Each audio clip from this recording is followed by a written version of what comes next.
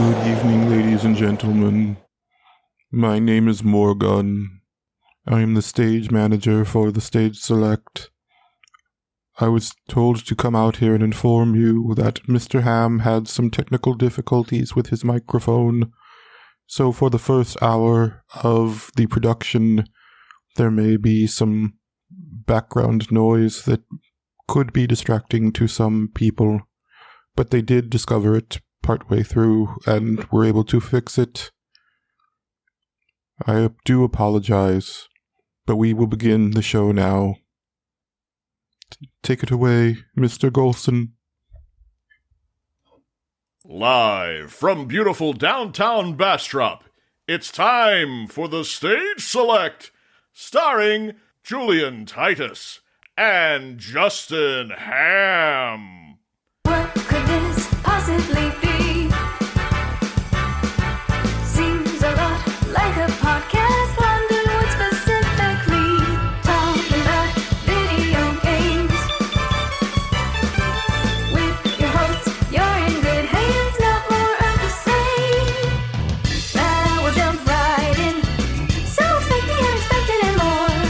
Now we'll get grooving. Never know who's gonna walk through the door. There just might be some treasure in this chest. Having fun with our special guest. Time for Stage Select.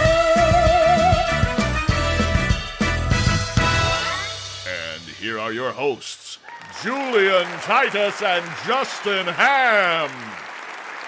Welcome, one and all, to the Stage Select. I'm Julian Titus.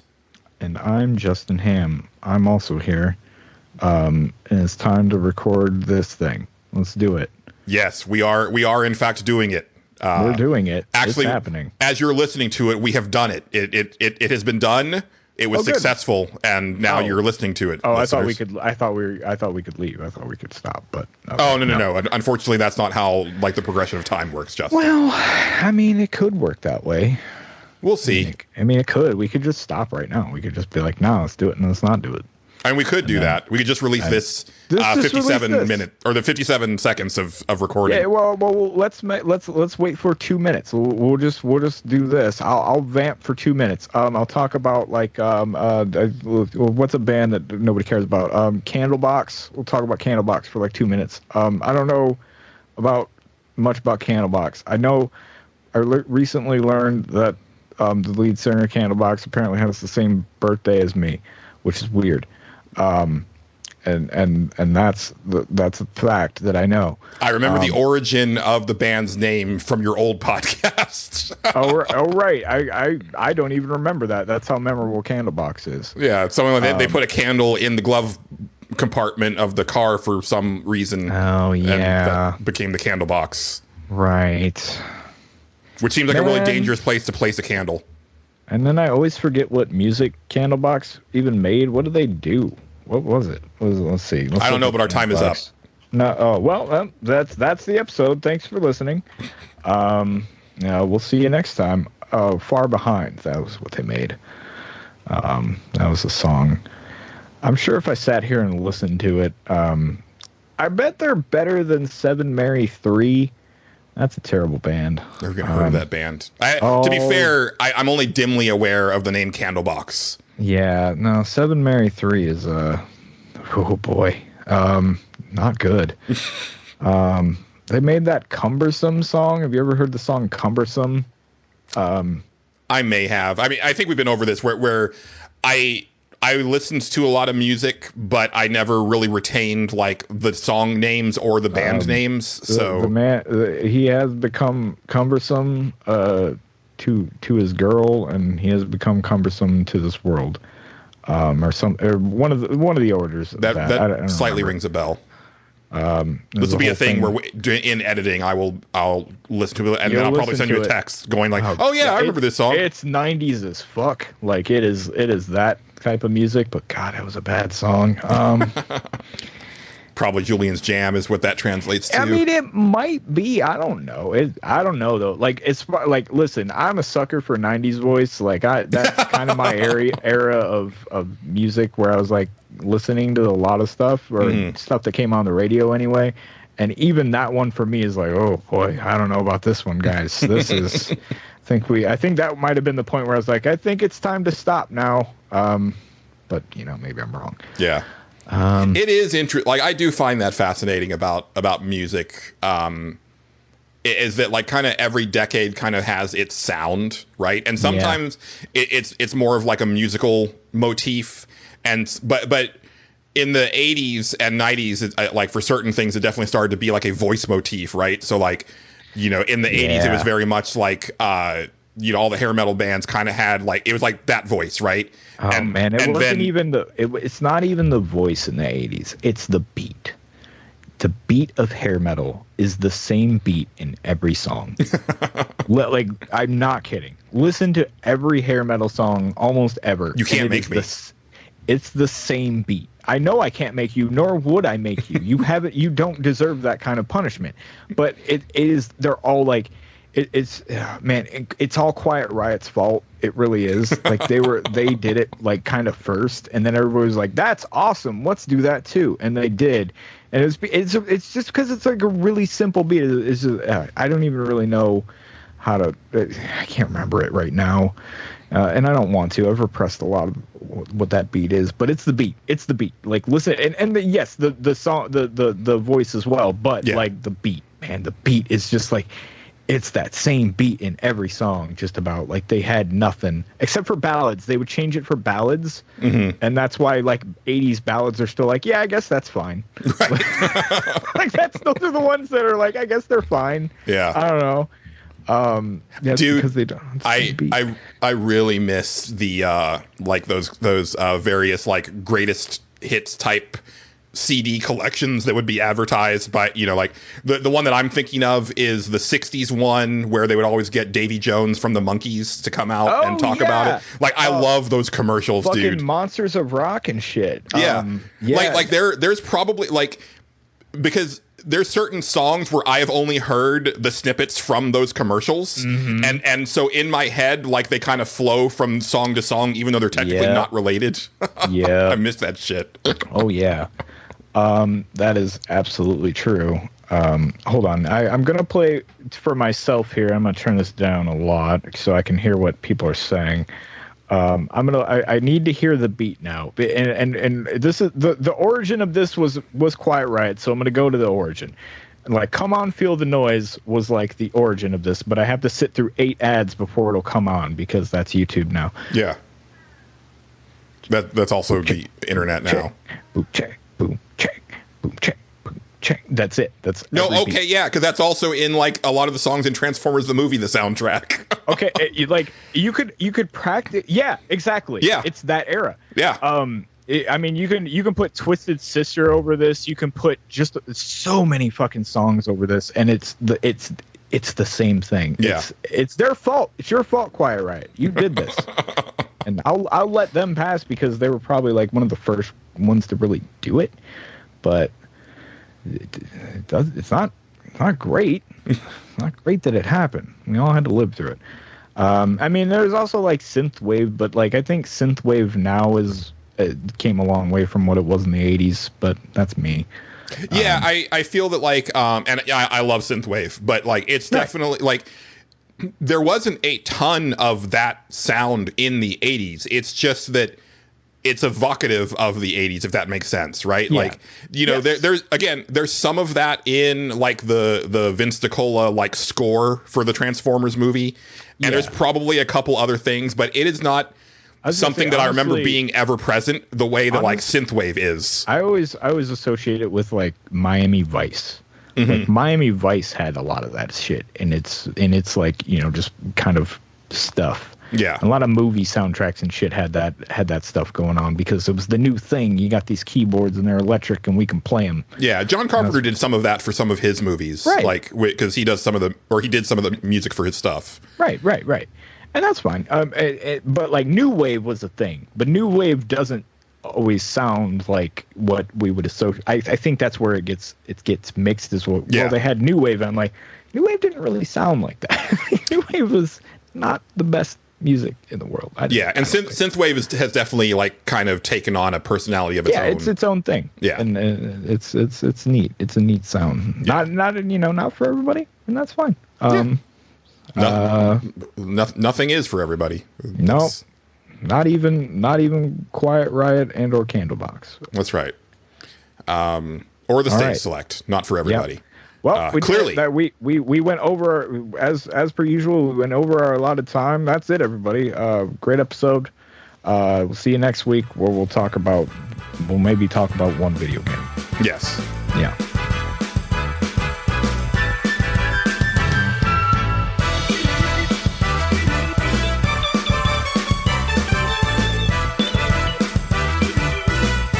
Dude, it's funny you say that because like when I start editing the episodes, I'm like, it's not a lot of video game in this video game podcast. It's fine. It's fine. Nobody cares. If they do, I'm sorry. Yes. Not actually. I'm really not. Speaking of video games, quick announcement because as listeners have been aware, we are embarking upon the 2024 video game presidential elections on the Stage Select. And I wanted to make one brief amendment to the characters that are putting their hat into the ring for the video game presidential nomination, because I had missed this in our Discord. But Xreen had nominated Mr. Domino, who will now be running as an independent against Mr. Saturn, which seems only, that just seems like it should have happened anyway. So yeah, Discord is the best place to track a lot of that stuff, but in the coming weeks we are going to be running various political ads for the various characters. I've actually reached out to a couple friends for voice acting for some of them that I'm very excited about. And then we will start to have like the primaries for each of the parties. Like I had mentioned, we'll probably have to split the Democrat and Republican primaries into like two pieces because there's so many characters that are vying. And I'll be cutting a lot of that stuff together. So that should be a lot of fun. I'm actually really excited about this. It's constantly evolving and morphing like as I think about it. So is this going to be messy? Absolutely, because I don't actually pay that close attention to like how the elections go. So like this is going to be like a very like slapdash type of thing. But I think it's also going to be a lot of fun. Justin, you have a look of mirth on your face. Oh, I remember something that I wanted to do on the show, and now I'm happy about it. So okay, that's good. That is good. I'll save it for a different thing that we talked about doing earlier, and we'll do it then. Because I'm like, no, that's perfect. That's perfect for then. And I'll describe it then. But yeah, no, that's the thing. Yes, that is whatever you're talking about. I got distracted by what I was reading. Sorry. That's fine.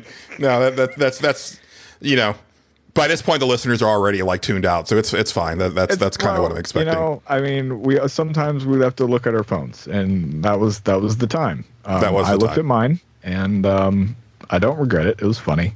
Some of the things that I did. Yes. Yeah.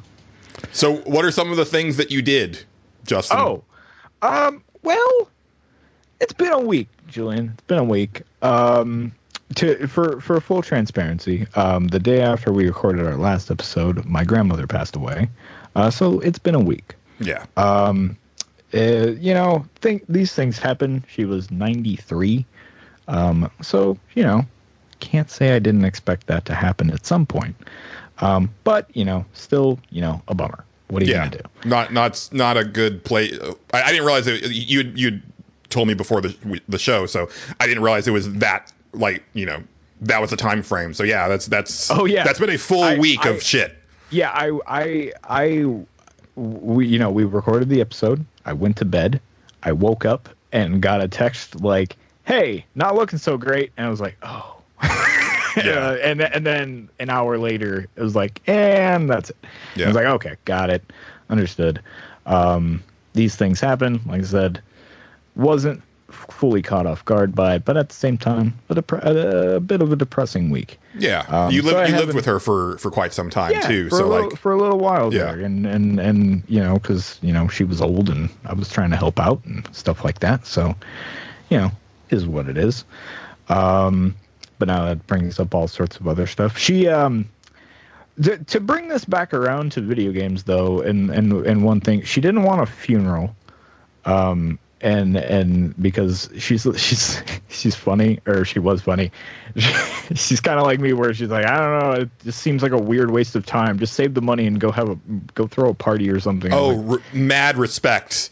That's my grandma, man. As someone who works in the funeral insurance industry, yeah, and like a lot of times I will see these funeral bills and the stuff on them, and I'm like, this is just like, funerals are so weird. It's such like bullshit posturing. Oh, man. Like, okay, I have to go into my funeral stand up now. Okay, it's. What a weird fucking tradition that we as human beings have garnered. Now, as I've gotten older, I've sort of been like, funerals probably aren't for the person that died. I mean, they're not. Yeah. They're people that are left behind. I get that. But what a weird fucking tradition where somebody dies and it's like, hey, we've opened up this home that we're going to, we're going to have them there.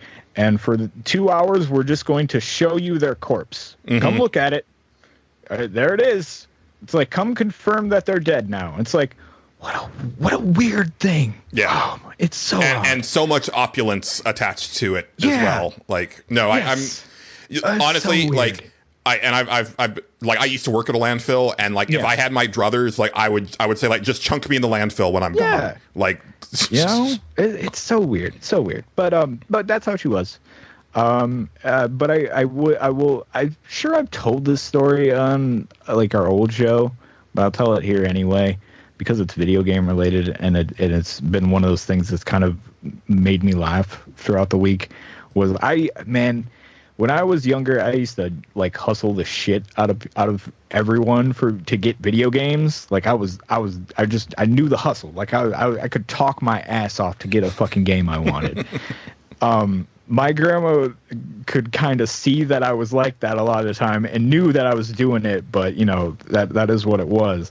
But she would get what she wanted out of me. Like there was a negotiation that would happen. So when I was in, I'm going to say 8th grade, it was school season. Got to get a new coat. Your old coat's bad. Getting you a new coat. All right, that's fine. So we go to, I don't know if it was Macy's or May Company, one of the two. I think it was Macy's at this point. We go there because they're the ones that got the good coats, Julian. The other stores, fuck them. She only shops for quality. Wait, I'm sorry. What about the other stores? All shit, all garbage. No, but specifically the line. I forgot it already. Oh, I was asking you to play the Trebek thing because the. Oh! Fuck them. Oh, yeah, there you go. I'm sorry, I didn't even think about it. but no. Yeah, that's a good button. It's still a good button. She really liked Alex Trebek too. But anyway, so we go there, and I'm looking at these jackets, and I hate all of them. I fucking hate all of them. They're all bad. I'm very cool because I'm in 8th grade. I'm not cool at all. But I have a feeling that you were a lot cooler than I was. No. I was not that cool at all.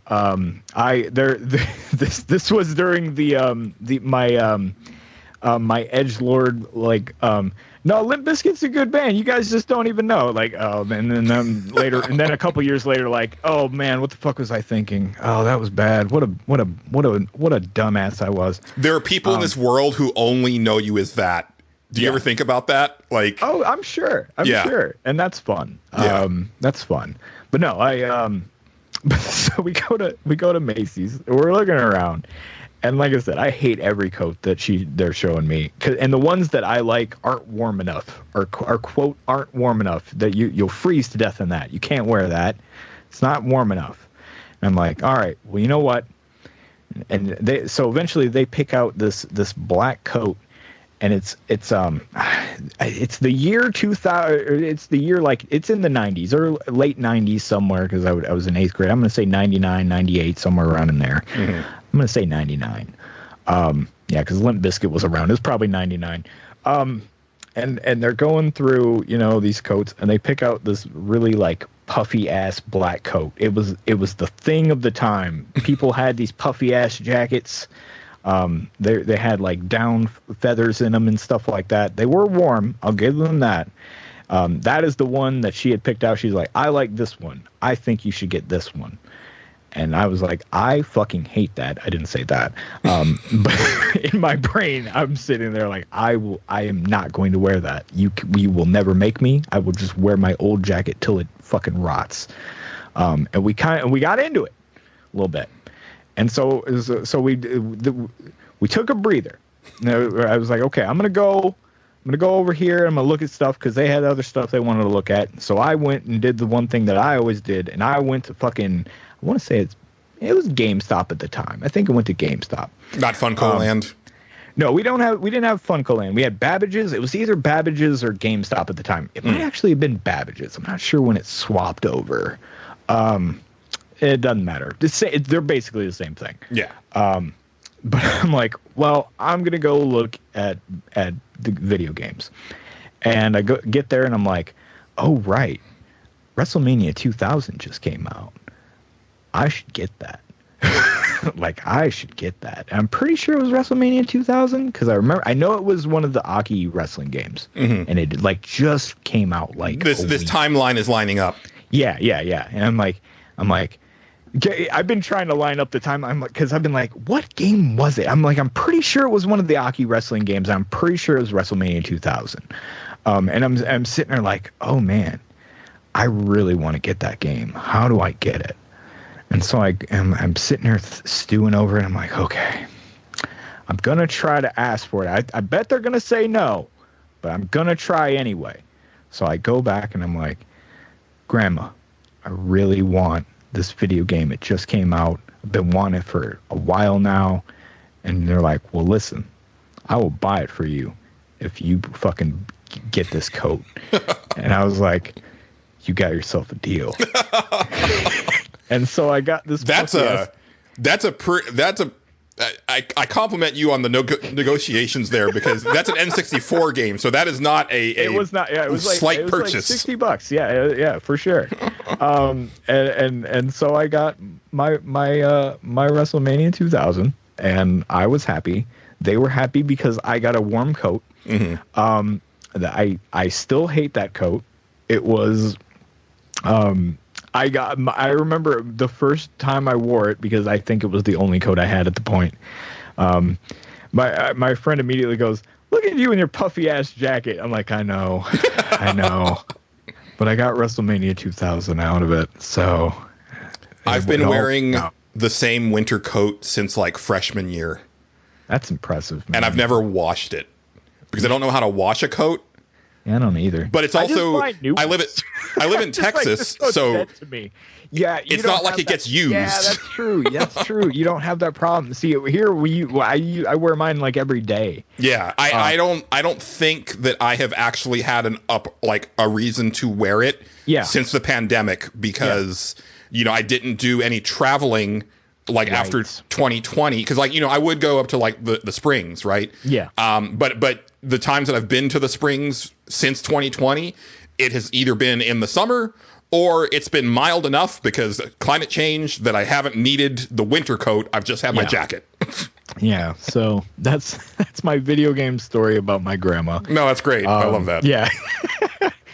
That for old listeners of the Clickbait Update podcast, this is Sam and I used to talk about Phyllis all the time. That's the one who passed away. So very close to both of us. Rest in peace, Grandma. Love you. And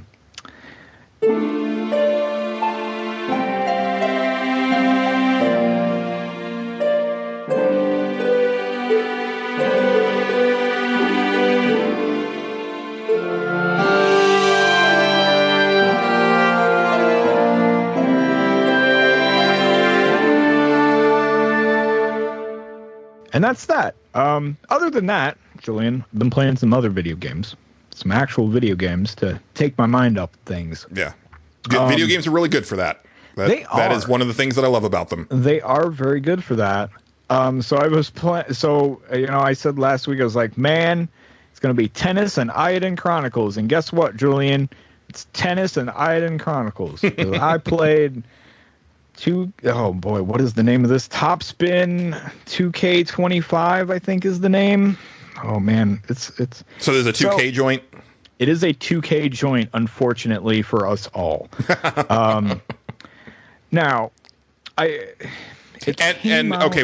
Okay, so this is not coming from like the Virtua Tennis lineage, because that was Sega and Visual Concepts. No, there was also Top Spin is a franchise for a while too. It had, that's right. I want to say 4 or 5 games. I think there were 5 of them, and they were good. They were only on Xbox, if memory serves, and they were good games. I really liked the Top Spin franchise. So they knew what they were doing by getting that. It's obviously not Virtua Tennis, but they were never going to get that. Come on, right? So that this is Virtua Tennis was something special. I wish Sega would like bring it back. I do too. That was also a great one. It's funny, you can look at Virtua Tennis 3 on Steam, but you cannot buy it. You can just go, look, there it is, but you can't purchase it, which upsets me, because at one point I was like, I wonder if like any of the old good tennis games are like somewhere buried on Steam, and I found that one's like, oh, it's really depressing that you can't actually buy this. You can just look at it and say hello, and that's all you can do. So like actually play any of the old tennis games, you have to like get an Xbox 360 or something and have a disc, because none of that stuff's backward compatible. I'm guessing it's because they all put licensed fucking music in the goddamn things, for sure. And they're not going back, and also not on top of that, they have all sorts of like brand deals and shit in there. Like you are never fucking seeing those coming. And the likeness rights too, right? Yes, and likeness right. Oh god, it's a nightmare. It's funny because so coming from video game retail, right? Like a place that did buying, selling, and trading. Right. The bane of our existence was sports games. Absolutely. But now I'm wondering if you get to a situation years later where that stuff starts to actually gain some value, because it's like that stuff is never coming back, right? Yeah, like you can't play Madden 2001. They're not going to bring that forward, right? Nope. Absolutely not. But or like Game Day 98 was like one of the most popular ones, right? Yeah. Like, and I can see a situation where people are like, man, I just want to play some Game Day 98. And the only way you'd be able to do that, actually, I think that one might be on that PlayStation Classic. It might be. That one, some of them might. But very rare for that to happen. Yeah, there's ways to clean some of that stuff up to where it's not as big of a deal. But yeah, pretty rare. It's going to be real tough to get some of that stuff to pass through all the way with all the stuff going on in it.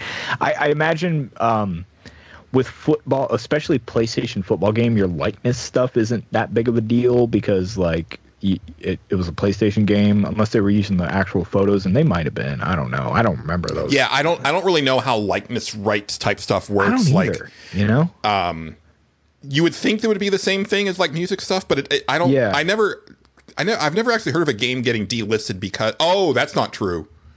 I think that was the reason why Final Fantasy VII Crisis Core didn't get like an HD update for the longest time, was because of Gact, the guy who was the model for Genesis. Okay. And so I think they had to make a new deal with him for the recent HD remaster. I wouldn't doubt it. Yeah. So yeah, that's. But anyway. Long way to say the Top Spin Stories franchise. I played a lot of them. I don't remember which ones I played and which ones I didn't, but they were fun. So them putting that name on there immediately, like as soon as I seen that, I was like, they're making another Top Spin game. That's fucking awesome. And because that was an Xbox game. Like I'm pretty sure like it was like I don't remember if it was published by Microsoft or what it was, but it was only on Xbox. I do remember that much. So I was like, oh, that's crazy that they're going that route. And then I seen 2K next to it, and I was like, oh, boy, okay, all right, well, let's hope that it's okay. And it meets expectations. It's good. That's, it's a decent little tennis game. The one I can compare it to the most is, I know only probably I played this, but there was the PGA Tour 2K23 or something like that. That was the golf game. And I like a good golf game. And that was a pretty good golf game. It's kind of like that. Like everything layout wise is like that, but tennis. Okay. Like the way you buy everything is the same. Like it changes daily. And like you get all your virtual currency and that stuff goes. And yeah, like that's pretty much it. I think virtual currency I think it's going to ruin career modes forever.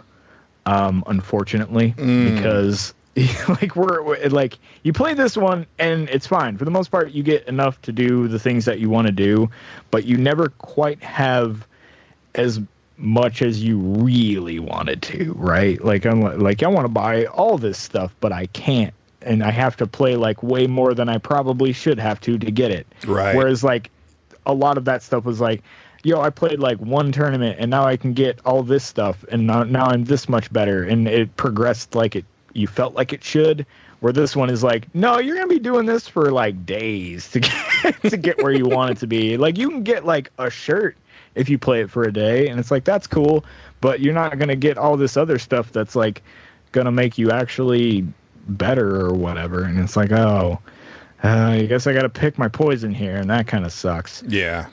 So that's kind of a bummer. And the only way to fix that is to like put out indie games that do the old career modes, and maybe we'll get that kind of stuff. But I don't know. I don't have much hope for one of my favorite things in video games, which is the sports game career mode. Right. Which is a bummer. But I mean. The career mode here is fine. It's there. There's some neat stuff. You can get houses and shit. That was neat. I mean, you don't actually go in the house. Like you just get a house, and it's like now if you play on grass, you're not as tired. You're like, oh, that's cool. I guess that's good. I know that is one of the benefits of me owning my house is that when I play on grass, I'm not as tired. You're not as tired. Yeah. That's good. That's good. Yeah, it's so stupid. But that is actually a thing, and I don't think this actually. This might stem from like the whole like microtransactions thing, and we talked about this on the old show, but like how everything has to be like RPGified, right? And you'll get. And it's made like I think both like any game that has RPG mechanics in it like diminished because it's like it's like 0.2% increase in this thing, and it's like I don't give a fuck. Your progression in this is like so slow, like it's like dreadfully slow. Like and it's not quite that bad. It's not quite like it's like a fraction of a percent or whatever. It's nothing quite like that. Like they're decent boosts when you get them. Like you can hire coaches and like you can, but here's the thing: you hire a coach and you get these little like you're like now that you hired them, you'll get $100 more for like if you complete this objective, and then you level them up. And if you level them up enough times, then they will actually start to give you boosts to your stats. And to level them up, you have to pay virtual currency. It's like, God damn it. Oh, my God. It never ends. It's just like, damn it. Oh, I'm never getting away from this. The coach should be leveling me up, not the other way around. Yeah, no, the other way around. You gotta level them up. You're working together. It's a good thing. I got an achievement for leveling them up to something. I can't remember what it was. Now, I've been thinking about this one where I played a tennis game not too long ago called AO Tennis, which is just short for Australian Open Tennis. And I was trying to compare the two. I've forgotten a lot about AO Tennis, but I know that it was better than this one, or at least I liked it better. The difference between the two is this one actually has a tutorial that explains things and makes you understand what's happening. So that's good. You like that for a video game? You like that for a video game. AO Tennis is just like, I don't know, figure it out, fuckhead. And it's like, oh, it's okay, I guess. I think AO Tennis is the Dark Souls of tennis games. Dude, it really is. And then once you figure it out, it becomes too easy. Like it's insane. Then you're just like, okay, well, nothing's hard anymore. This is fun. I have to say, The one thing I liked about AO Tennis, and I feel like the old Topspin games did this too. It was all you had to do was time it right. Every shot was like the same timing for the most part. You just had to be in the right spot at the right time and hit the ball at the, with the right when the meter got to where you wanted it to be at. Here it's a little different where it's like, okay, you got to be in the right spot at the right time, but there's two different types of shots. There's a power shot where you're holding the button in the entire time and a little thing's filling up. But there's also a precision shot that you don't hold the button in. You just press it at the right timing. And it sounds easy, but somehow the timing for both of them is fucking crazy. Like the timing for power shots makes sense. Like I don't know why I can hit those almost 90% of the time, no problem. When it comes to the other one, it's like it goes up really slow, then shoots up, and you're like, oh shit, and then it bounces. It is like and then you would think that would be the one where it's like they describe them as like, hey, you want to use these more because they take up less stamina, and if you get tired in the middle of the thing, all your stats are going to go down, and you're going to be a mess, and you're going to suck. And so you want to use those more, but I cannot get the timing to them at all. Like it's just like I've tried for a while. Like I just sat there and was like, I don't care what happens in this match. I'm just gonna sit here and try to figure out the timing of this, and I still can't get it. I'm just like, this is tough. Like there's something about it that it just doesn't feel right, and I can't like it works for the other thing. I don't know where the brain disconnect is happening there. I just cannot figure out the timing on that. John McEnroe will teach you how to play tennis, even though he tells me it's fun. It's fun getting like confirmation that you've been playing tennis in video games right for a long time, that I figured out a bunch of shit on my own. Just like, yeah, you don't want to be here. Here is bad. I'm like, yeah, no, I kind of knew that already. You want to get back to here after every shot. Yeah, I knew that, John McEnroe. This is crazy. You're telling me a lot of shit I already knew. This is good. But other than that, like, it's fine. Again, that's where it's kind of exactly what my brain wanted. Where it's just like, yeah, just hit the ball at the right time. Okay, and then I'll buy a shirt. Okay, that's good. Position the target in the center, hit the switch. Position the target in the center, hit the switch. That's pretty much it, Julian. Yeah, that's pretty much it. The last thing is like, it's definitely like a budget 2K game. Like it's not gonna get like an NBA style treatment. Like they don't give a shit about tennis. Yeah. So like, like the character creation is fine, but it's nothing that's gonna blow you away. It does okay. You can make a pretty good looking face on it. Yeah. But like, a lot of flowy skirts and stuff in tennis, and like they clip like crazy here. Like sometimes you're just like, yeah, I don't think I'm gonna have them wear that, because that is just behaving awful. Like it just goes through her whole leg at certain parts. I can't have this. That's one of the big things that I hope gets solved, like in the next generation or so. That will be the true next generation, Julian, when everything stops clipping into one another, into everything else. It's tough. It's tough to do. I saw a thread on Twitter from like a character designer or something like that, talking about just how difficult it is to keep equipment from clipping into things. Yes, absolutely. It's you can do it, super hard. But it's so expensive computationally that it's not worth it. Yes, I trust me. I mod Skyrim. I know there are right. people that have nailed it before, and then it's like, oh, but the frame rate goes down like 20 frames when you wear this piece of armor, because it actually works like it's supposed to. It's like, oh, this is wild. Yeah. And modding Skyrim, you can go into a thing called Body Slide, which will show you all the weighting and stuff, like for physics and shit like that, and like how they do all that stuff, and like it's nuts. It's complicated. I don't know how anybody in video games does anything. It's fucking wild. Yeah. So like I'm sitting there like every time it happens, I'm like, okay, we'll just not wear that. It's fine. Like it's okay. It's not like so bad where you're just like everything's broken. It's just like just these one or two things just don't quite. You're just like we'll just never talk about having that. That's fine. Yeah. But that's Top Spin 2K25. That's that game. Yeah. Yeah. Well, I'm glad it's delivering, at least a good portion of what you were looking for, especially now. Honestly, consider when I seen 2K made it, I was like, the best I can hope for here is that it's like that golf game, and it is. It's like that golf game, so that's fine. It's giving me something to do. So it's nice. Yep. Well, I have, I don't have a lot this week again. Yeah. Like, it's funny. Like, there's so much to play, but at the same time, I haven't been using my time very wisely lately. And the podcast has taken, it does take up a lot of my time, especially on the weekends. But it's funny. I didn't play it hardly at all. In fact, I literally just finished chapter 1 last night. But I played more of Harold Halibut. Okay. Because, I liked what I'd seen, but again, I was like, well, man, I wish there, like I said last week, I wish there was more interactivity in the game. It is very slow. And I started to look at the achievements, and then it was funny because looking at the achievement list kind of had something click in my brain. Okay. This game wants you to take it slow.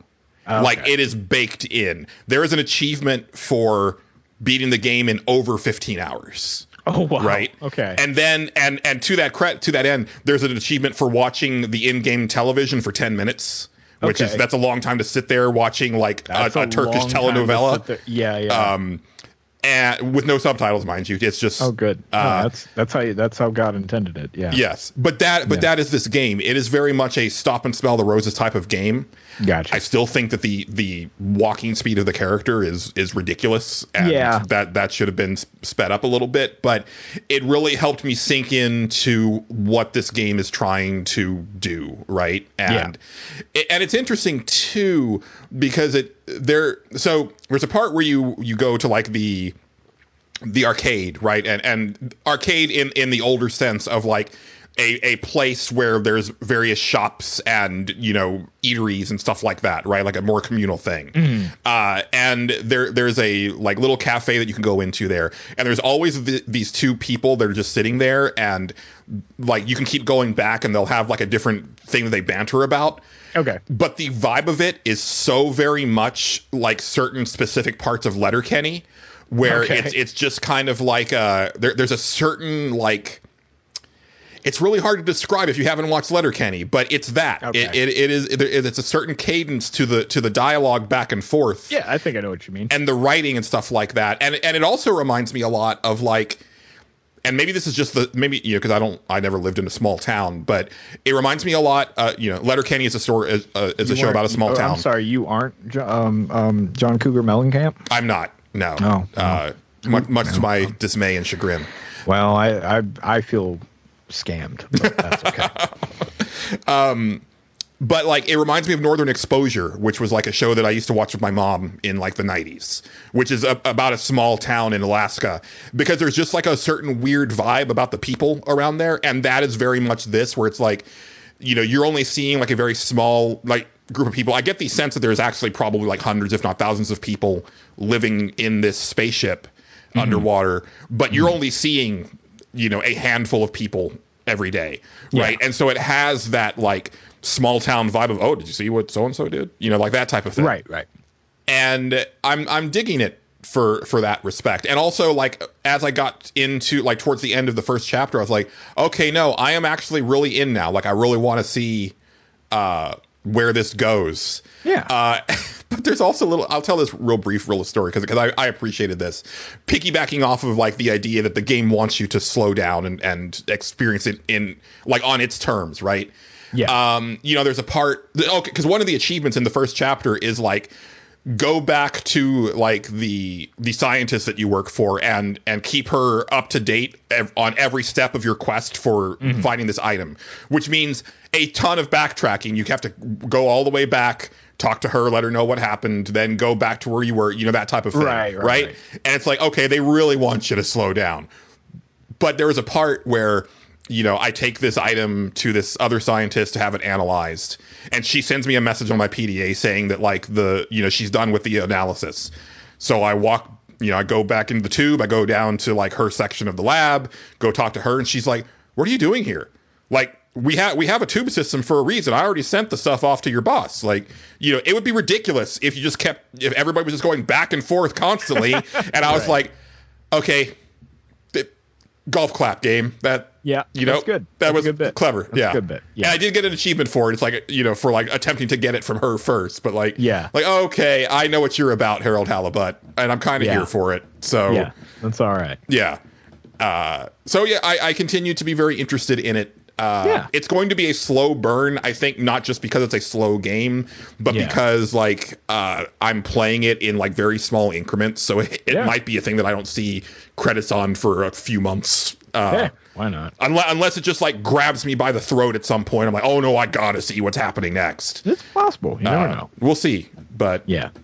But I'm glad that game exists. It feels like something that I would have expected to have a little bit more traction in like our kind of corner of video game like discussion. Yeah. Like the only place I've heard it discussed is on Nextlander once. Yeah. And no one else seems to be really talking about it. And it just seems like it's got such a look and such a vibe that kind of sets it apart from stuff that I'm surprised that more people aren't checking it out. I definitely seen it on Game Pass and thought about getting it, but again, this week I was like, it's probably not. I'm not gonna get to it this week. But I don't. In the current headspace, I don't think you would have enjoyed it, and then you probably would have been like, I'm never playing that again. Yeah, because I seen it, I was like, I don't think it's the time to boot that up right now. Yeah. Like, and then not even for that reason. I was just like, no, I'm just gonna. I want to do these other things too much to do that. Right That's now. fair. I'm Absolutely. just gonna, because it's just gonna be like in the way, basically. I have to kind of wait till I have nothing better to do for me to try to go through that. Yeah. But yeah, no, I am curious about it. So see where it goes. Yeah. Well, before we move on, Justin. Okay. The ratings actually came in. Oh boy. So we should take care of that. Morgan, can you can you bring those ratings, guys. please? Oh, he's coming. Oh, everybody calm down. Everybody quiet. No, he's actually alive. Like he's shuffling over here. I like him. He's good. He's a good guy. This is my guy. I'm glad we didn't fire him. He's still here. Yeah, he's still here. He's been, I gotta say, bathrooms this week really clean. Like yeah.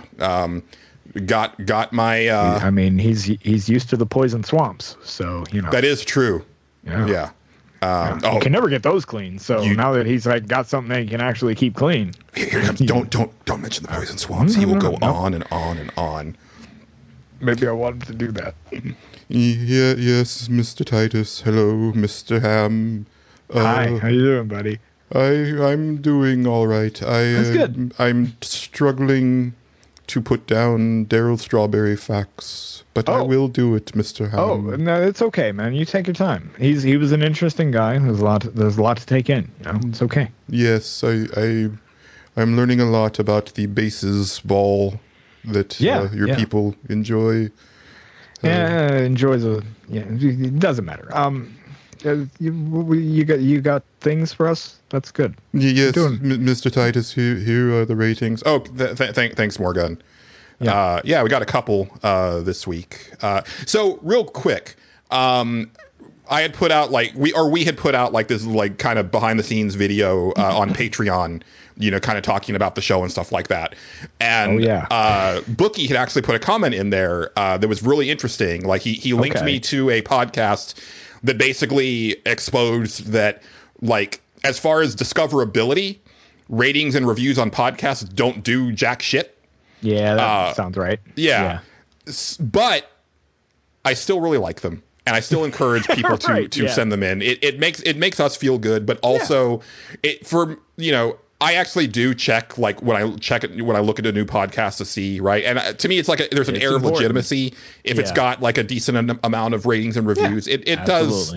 It helps in that respect. So I still encourage people to rate and review when you can, too, because it makes a difference to some degree. Maybe discoverability, maybe but like when people go to like, what is this, and then they look at it and there's nothing. It's like, oh, I don't know about this one. Yes. I've been there. I've been there. Yeah.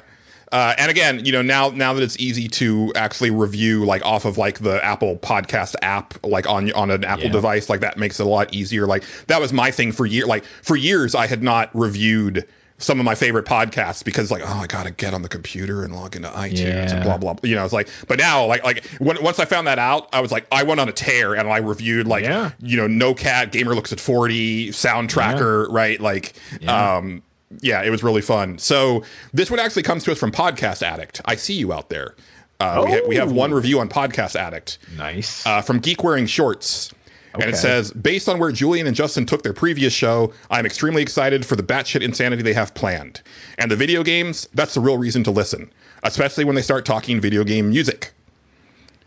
And I know that is actually Philip, a.k.a. PK Becker. So thank you very much, Philip. Okay. Well, appreciate it. That's good. I'm glad. That's what I use as Podcast Addict. So that's good that we have a review on there. I don't think anybody reviewed any of my shows on there, which always bummed me out. That's where I look at immediately. I'm always like, oh, no. Yeah, because that one also tells you like how many people are subscribed, which you can't really find in very many places. But I don't think. But I think it's only on. It's only the app. Podcast Addict. Yeah. So like I'm always like, I don't know what to take from this. Yeah. Like it's confusing.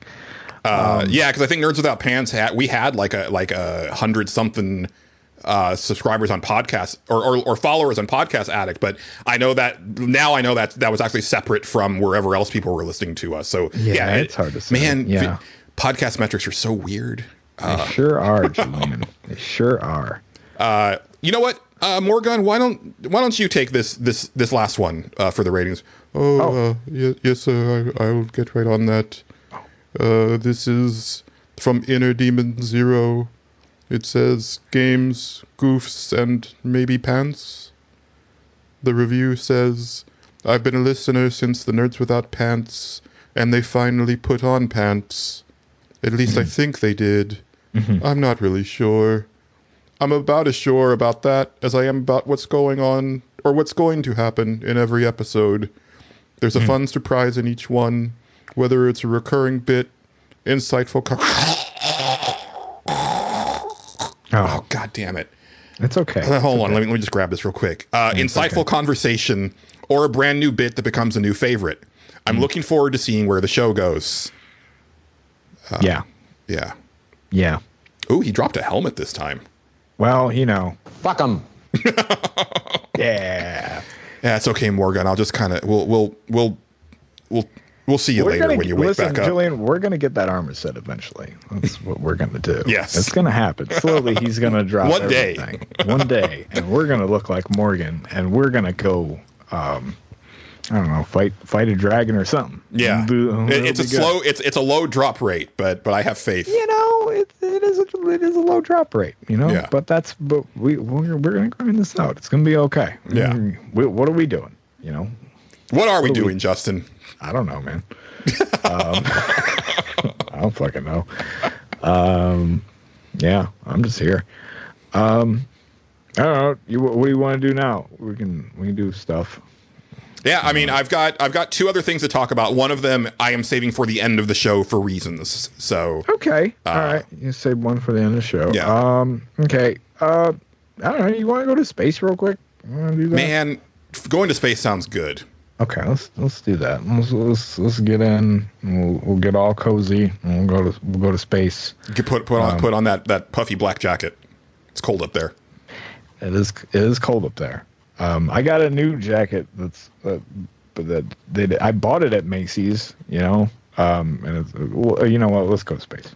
Okay.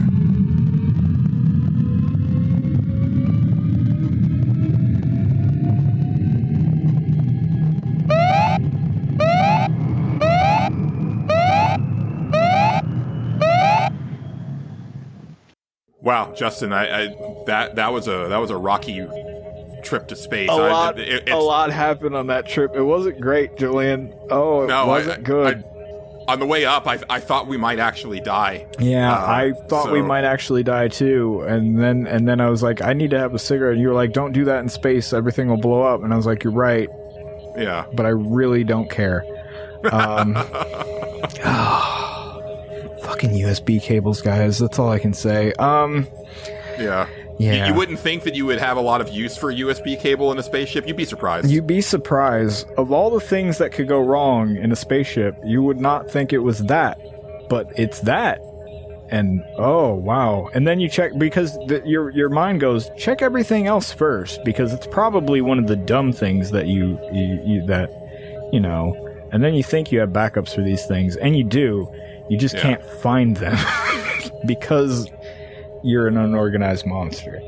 I mean, I opened that bag of chips on the way, and I thought for sure that might have been the thing, but it turns out that was fine. Yeah, no, USB cables. What are you going to do? USB cables. Yeah. Well, but we're here now. It's fine. We made it. Yeah, so what do you want to talk about? We can do whatever now. It's good. So at work, the browser that they have is Microsoft Edge, which I don't use at home. What do you mean? Microsoft Edge is revolutionizing internet technology. I'm pretty sure it's the greatest thing ever made. I mean, Windows wouldn't recommend you not use it if, like, at every step of the turn if it wasn't great, right?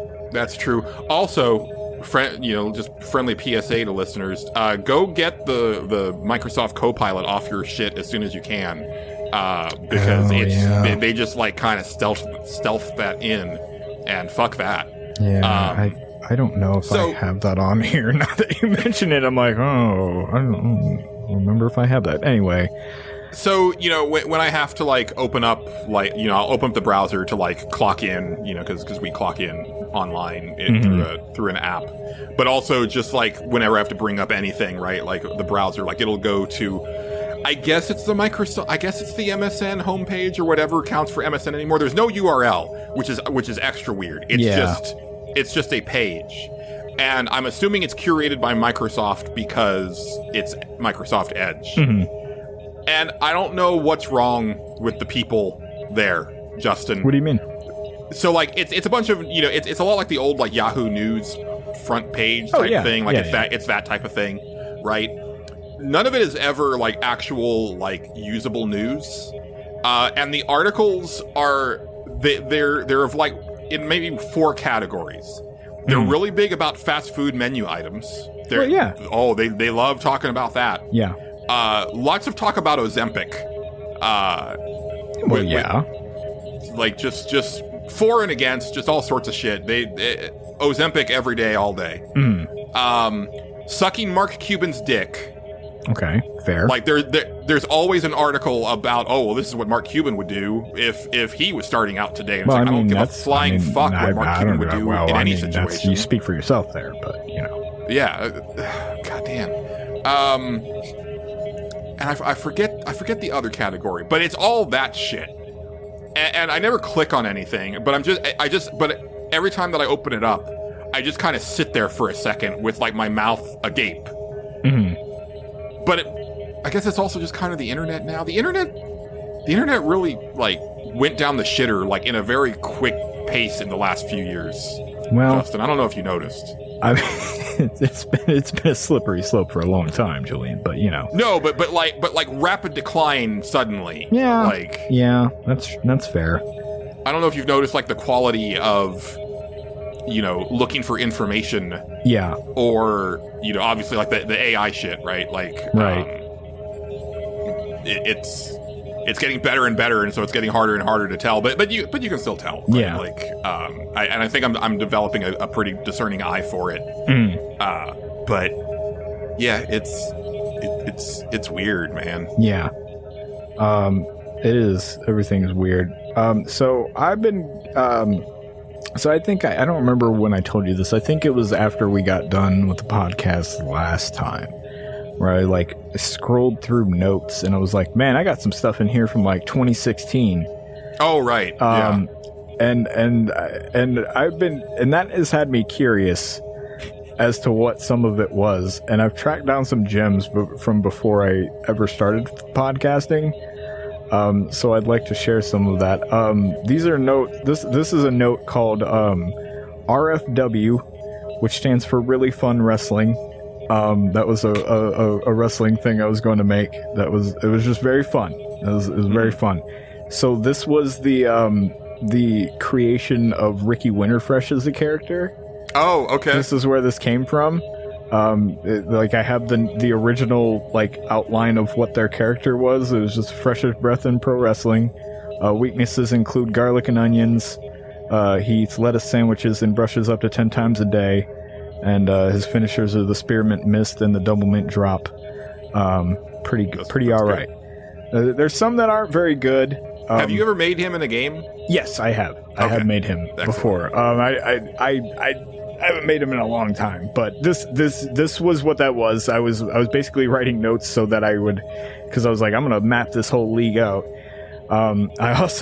These were the ones that I liked though.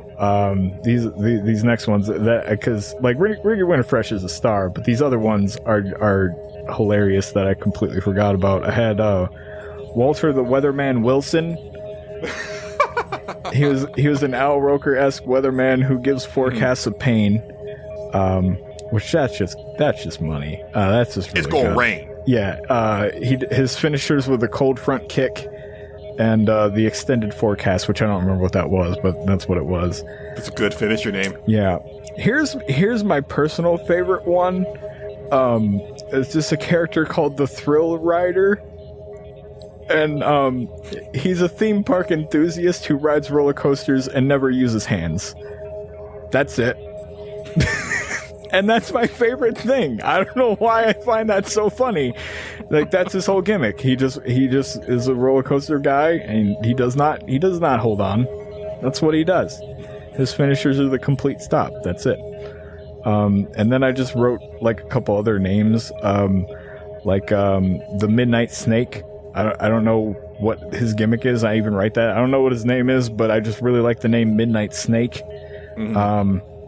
I have former Mayor Jeff O'Connell. Midnight Snake is actually, when you're sleeping next to your best girl and things arise and you're like, hey, you up? And she's like, not really, but do your thing. And you're like, okay, cool. That's Midnight Snake. Okay. Well, I also have former Mayor Jeff O'Connell. And he's basically Mike Hagar, just wrestling. But he was but I had a whole thing where he was going to filibuster matches. He was just going to walk in and just keep talking and just never stop talking, and then the match wouldn't happen. That's a good gimmick. It's a good gimmick, really. Dude, real quick, I know I've told you before my idea for my Final Fight movie starring The Rock as Mayor Mike Hagar and Jason Statham as Rolento as the main bad guy. Okay. But the fact that there is a Streets of Rage movie right now that's being worked on ahead of a Final Fight movie disturbs me greatly. Yeah, well, what are you gonna do, man? Also have cancer survivor John Draco. He kicked cancer's ass and now he'll kick yours. Which is fun, I think. I like that one. Yeah, it's pretty good. I just have the name Taekwon Joe written down, which is also pretty good. I'm not gonna lie to you. That feels like it belongs in 1986, but that's kind of the vibe I was going for. So that's fair. That's good. Let's see. I also wrote a bunch of other things down, and I can't remember. I don't know if any of this is any good. I know there's a couple things that are. It's just thoughts and dates. So this was April 14th, 2016. I'm not sure if there's a god, but I'm sure there is sandalwood. That's it. That's the whole thought. Let's see. There's a whole thing about Obama here, which is entertaining. Let's see if this is any good.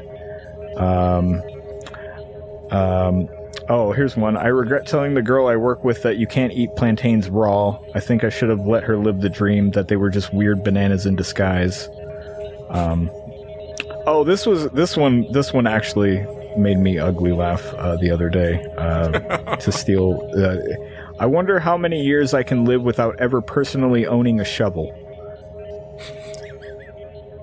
Up in your neck of the woods, I don't know. Still going. Here, I can get I've gotten by just fine. Listen, still going, Julian. Still going. Let's see. Here's a whole thing I did. I kind of hope when I die, there's that moment when you get to heaven and they read back your life to you. I hope they relive all the classic moments like, and then you threw the Snickers wrapper out of your window, proclaiming, and I quote, "Fuck you, nature." Which is that's fun. I don't know if I ever did that, but I hope I did, just so that can happen. I hope you did too. Yeah, I really do. Under special talents, I should start listing No's lyrics to the song "It's So Hard to Say Goodbye to Yesterday" by Boyz II Men. And also, there's never a wrong time to use the lyrics of Motown Philly in a conversation, and that's facts. Ooh, I've got a homework assignment for you, Justin. Okay. I want you to write your resume for the show. For the show, okay. Yeah, that'll go well. I haven't written one of those in years. I also have old NWP notes. One I was just looking at that caught my attention. Do you remember when I played the game Real Fishing Road Trip Adventure? Apparently, yes. I just documented everything, and that shit's funny.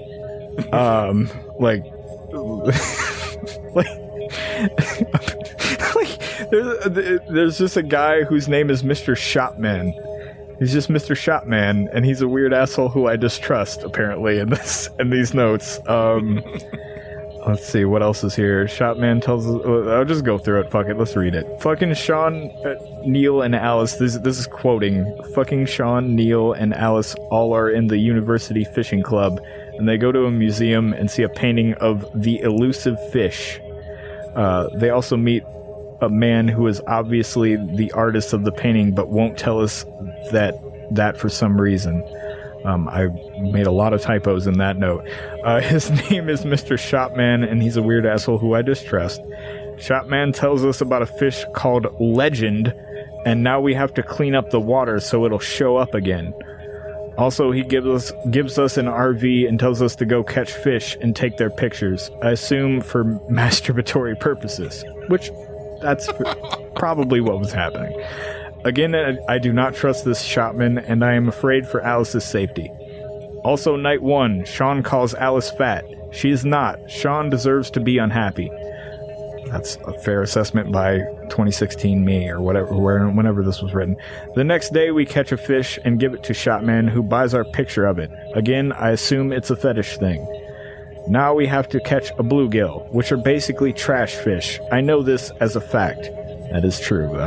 You don't want to really catch bluegill, they don't do anything. For being in the fishing club, these kids have no fucking clue about some basic fishing shit. Now there's crafting. Alice cooks stuff. Neil makes lures out of trash he finds. Okay, good. I leveled up ? And that's the loop. Craft, cook, fish, feed Shopman's fetish, buy stuff to craft and cook, fish more, learn stuff about the characters. Alice wants to be a chef because she learned to cook to lose weight in high school. This game is semi-problematic, I wrote next.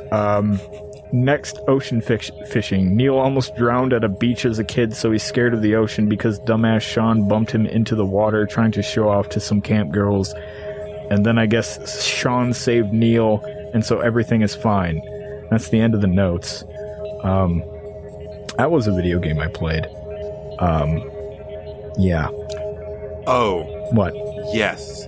There's something I meant to ask you before we started the show. What is that? You know what? We're in space. It's fine. Yeah. So I have an idea for a thing for Patreon that might like help like get people like to join the Patreon. Okay. But I have to ask you up front. Okay. How much are you prepared to suffer for the stage select? Oh, that's fine. I don't care. Okay. What am I doing? So I have an idea, and maybe you pick the ones for them to vote. But okay, basically, like once a month, like we could like let the patrons vote on a terrible game from Steam that we have to play and then discuss in a patron special. Can we include Chinese dating simulators? Whatever. Oh, yeah, because I found a new one and I'm dying to play it. I think the only criteria would be like under $20, just because like it'd be kind of silly to like blow the budget of the Patreon. Well, see, here's the thing, Julian. What we can do is, I don't care. I'll fill things with trash and do that anyway. I don't give a shit. So what we could do is we could use our fancy parsec technology that we have, and just play it. Oh, that's true. And record it and just do that. We can both play it and like I'll play it and you can be there. We can record it if you want to. It doesn't matter. We can do that too. Yeah. Yeah. We could do different flavors of it, right? Like some would be like we play separately and discuss. Others would be just like a recording of you suffering and me laughing at you suffering. Yeah, and you can watch the whole thing. And it'll be good. Yeah. We'll find a way.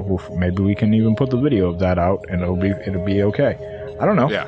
Okay. Yeah. Yeah. We're brainstorming right now. We're in space. It can't hold this against us. We're in space. But listen, I now I gotta find the name of it. I definitely wish listed it. Let's see if I can scroll through the endless shit that I've wish listed here recently. Yeah. It was not Tender Loving Care, although that is a hilarious looking game. I definitely have Starters Order 7 Horse Racing wish listed. That's not it. We could play that. I'm down. See, I feel like you really heavily don't understand how much I enjoy trash. No, I do. Oh, okay. But at the same time, like, you know, it's still suffering, right? I mean, that's fair, but I don't know. I'm having a good time. And I figured like you would be that's why I would let you take point on, like, you know, we probably have like 4 games each month that they could vote on. Yeah. Right. And then and whatever wins, that's what we play. Right. And then, you know, we can go from there. Yeah. Well, once a month. Because I know you have a never ending well of trash. Oh yeah. I don't mind.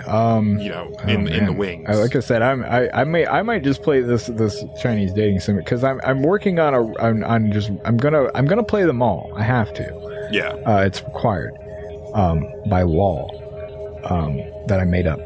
I think I'm seeing some things on your wish list that I already also have on my wish list. No, I just put everything on here and just so I know where it's at.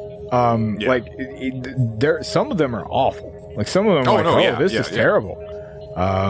It's not Love Is All Around, Love in the Room. That's although when that comes out, that should be on that. I'll play that.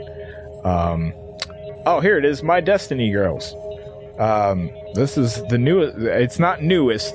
This one came out in between Knowledge or No Girl and Love Is All Around.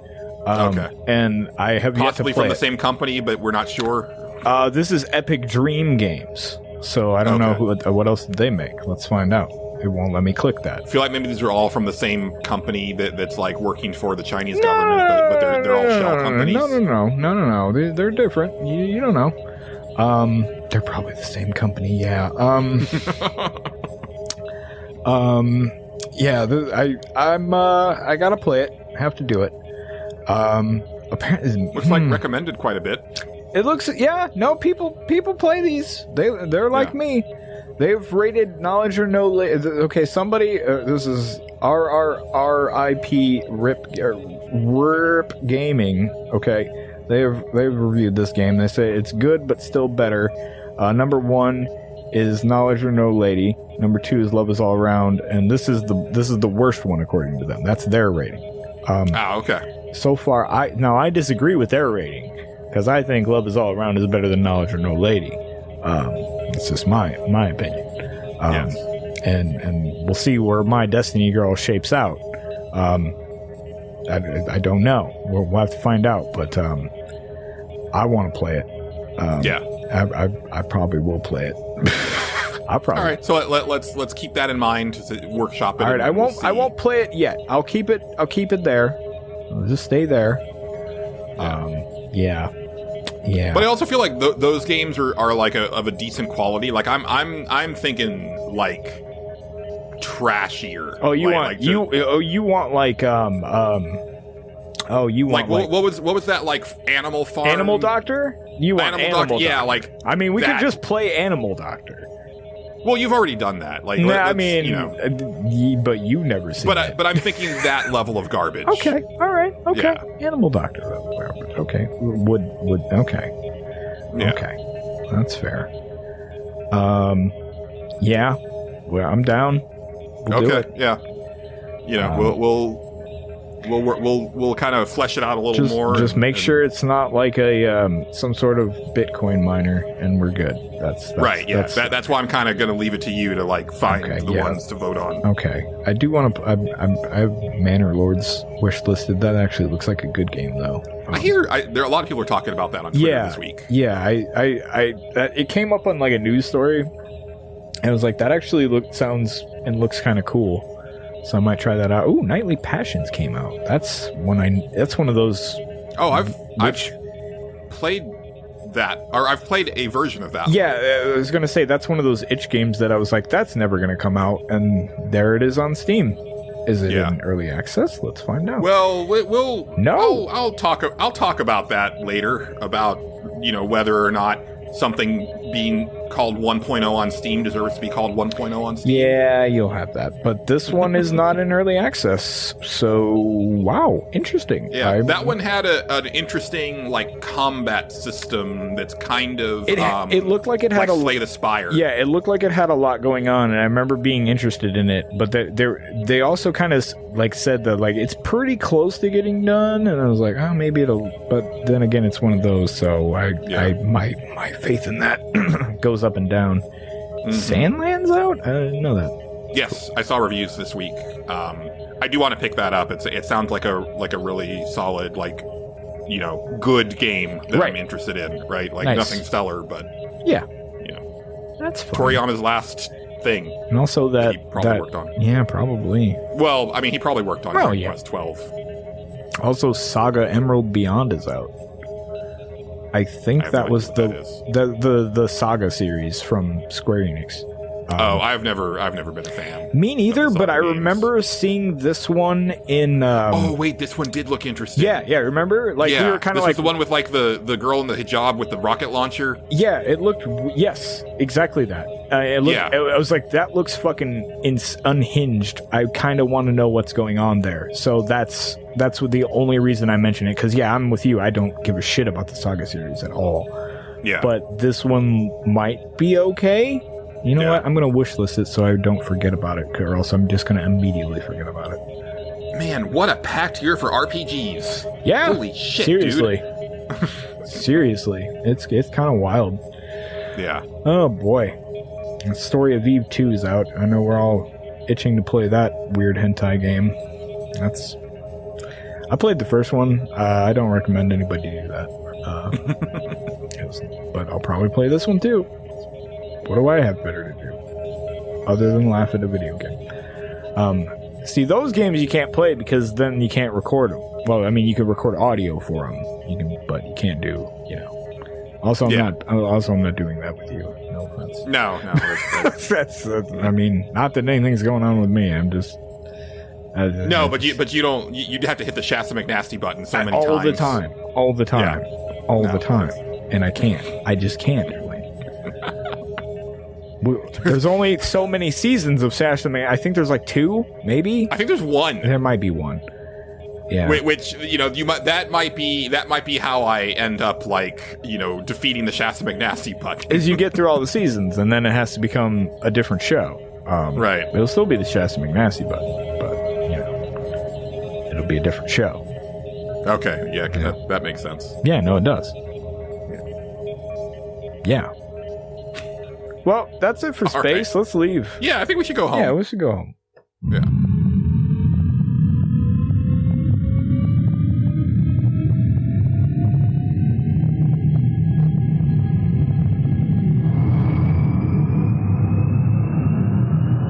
Fuck that potato chip shit. Oh, okay. We're good. Okay. Yeah. Worried there at the last bit. No USB cords died on this trip this time. No. Thank God.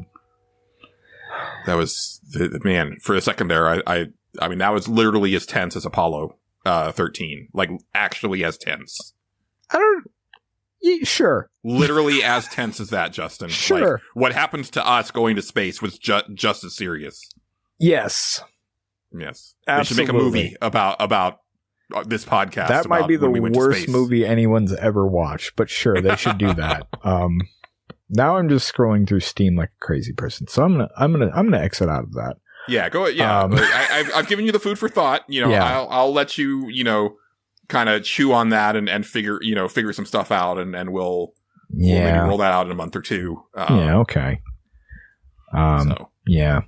All right. Well, do you have more video games, or do you want me to talk about a big video game? Actually, let's see, because that's the last thing you've got, right? Mm-hmm. That's all I got. Okay, and I've got 2 things left. So yeah, let me talk real. Okay. Like, I'm not going to go real deep, but I did. So after I had mentioned this last episode, but after we recorded, like literally after we recorded, I bought Dragon's Dogma 2 digitally, right? Because dude, like. I've almost completely given up on buying physical games at this point because like stores don't want to fucking carry them, Justin. Yeah, I mean, why would they want to do that? It's crazy. It's they're doing it to themselves, right? I mean, it's kind of funny. I mean, yeah, but at the same time, like I feel like the market just isn't there for them anymore, and so many people just get them via download that stores carrying them is just like one of those things that they're just like, yeah, but why bother? They don't sell enough. Think that. But they always sell out. That's the thing, right? Like, that's true. I'll go to a Best Buy on the day that a game comes out. It's like, oh, they're sold out. And it's like, wild. What? That's kind of wild. But it's because they only got 10 copies or something like that or whatever. Yeah, that's also true. Yeah, it might be one of those things where it's like, well, we bought it. We got enough for the people that pre-ordered it, and that's it. So, and like, I had to go to Target. I needed to get some new pants, and this was like last Friday, like before we recorded. And I was like, oh, while I'm at Target, I'll also get Dragon's Dogma 2, but it was sold out, obviously. And also, like, the PlayStation 5 games they did have were like more than 2 years old and still like full price, which is weird. It's like, what is this? A Nintendo game? Like, yes. I don't know what's going on here. Yeah. Anyway, why not? I know I read like one of our listeners has at the store that they work at has like Rage 2 still for like $60 or something like that. And I was like, that's insane. That's absurd. So yeah, I'm not. It used to be that like it was the digital storefront prices that didn't go down. Yeah. Right. But you could find games for cheap, at retail, and now it's going the other way. It's weird. Anyway, that's neither here nor there. I went ahead and picked up Dragon's Dogma 2 after we recorded, and played it. I basically that night, as you did, right? Yeah. Spent a lot of time in the character creator for my character, and then also for my pawn. I made as close as I could an approximation of like a human version of my Final Fantasy 14 character. But as I had mentioned when you talked about it, like the skin colors are not where I want them to be, because like he's got like this kind of blue gray ash. Oh yeah. Like complexion, and you can't get anywhere close to that. Oh yeah, I imagine not. Yeah, same thing with like some of the eye colors. Like, I wish that it was more of like a gradient thing that you can do instead of picking from like, this is eye color 166 and this is eye color 167, like that type of thing. Yeah, the colors in general, there's no like color wheel or anything. Yeah. So it's kind of which I prefer. The tennis game didn't have that either. So yeah, but then again, that's the tennis game, so I'm kind of like, yeah, I'll take what I can get. But yeah, it's a good character creator, but I don't think I'd put it like top 10 overall, Yeah. See, that's a video series, Julian. Ranking of character creators. I'm telling you, it's right there. I like that you can adjust the size of your dumper. Like, I have never seen that in a character creator. Oh yeah. There's a few that you can do that in. Yeah. Yeah. But it's rare. So I've only played it for about 4 hours so far. That's about all I've played it for, I think. But I kind of love it. Okay, good. That's awesome. Like, it's so much, or it's so close to being kind of what I've been missing, and I didn't realize that I was missing until I started to revisit the Final Fantasy series and really talk about, or really think about like what those early games were, and then really think about what old what old console RPGs were. Yeah. In the early days, because you couldn't rely on a lot of story and stuff like that, where a lot of it was mechanics and, inventory management and, preparing for a journey and realizing when you've gone as far as you can go in that journey, even if you didn't reach your destination, and having the wherewithal to know it's time to go back and get more stuff, right? Yeah. And a lot of Dragon's Dogma 2 is definitely that. It's not as punishing as I was kind of led to believe, at least not so far. There's every now and then you can do like a kind of minor thing and fuck up and die, but it's not I didn't find it punishing either. Because like, you know, I was surprised when I picked up like my first side quest and it actually put like waypoints on the map. Yeah. Because I thought it was the type of game where it was like, oh, we're not going to give you any. No, you just figure it out. Yeah, no, it'll show you. It'll be like, no, right there. Now it won't show you who has a quest. That is one thing that I wish it did. It will not. No, yeah. You kind of have to go up and talk to people in an old school way, but like, but I also don't know. So like the first quest that I got, the guy actually kind of flagged me down and it kind of stopped everything and focused in on him. Right. He's like, hey, I need your help. And it's like, okay, cool. But I don't know if there's also other quests that I have missed because I didn't just go up and talk to like every townsperson and see what they had to say, like an old RPG. Yeah.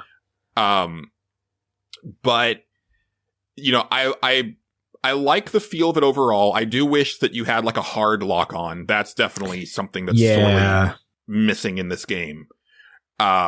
I wish that your jump was more effective. It's the type of jump where it's like, why is this here? Yeah. Like, every now and then you have to use it, but it's kind of just there. Yeah. And I like, honestly, I just wish the jump was a dodge button. I'm just constantly like, I wish this would just be a dodge button, actually. Like, that would be fine. Yeah. And then you just crawl around or it just auto jumps when it wants to. I don't know what the solution is there. And there's some fun jank in there. Like, I fought the first, I guess you would call it a boss. I mean, it's a big enemy. It's a Cyclops that you fight. Yeah, it's kind of like a story. I remember that fight. Thing. And like, you know, I went to go like climb on it. Or no. I got to the point where it's like, oh, you need to pull on its leg to like bring it down. Okay. And I went to press the grab button to bring it down, but instead I just like flung one of my pawns over my shoulder, which I was like very first like, oh, I gotta get you out of here. You know, you're too close.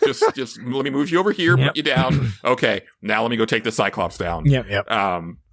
But yeah, I think it's a really pretty game. It looks very good. I'm actually kind of intrigued by the story. Like, I kind of got to the part where it's like, okay, here's what's going on about you. Yeah. And I was like, oh, okay. That's also interesting. I think it's going to hinge on, and I know you're not much further in the game than you're about where I stopped at. So, yeah. Okay.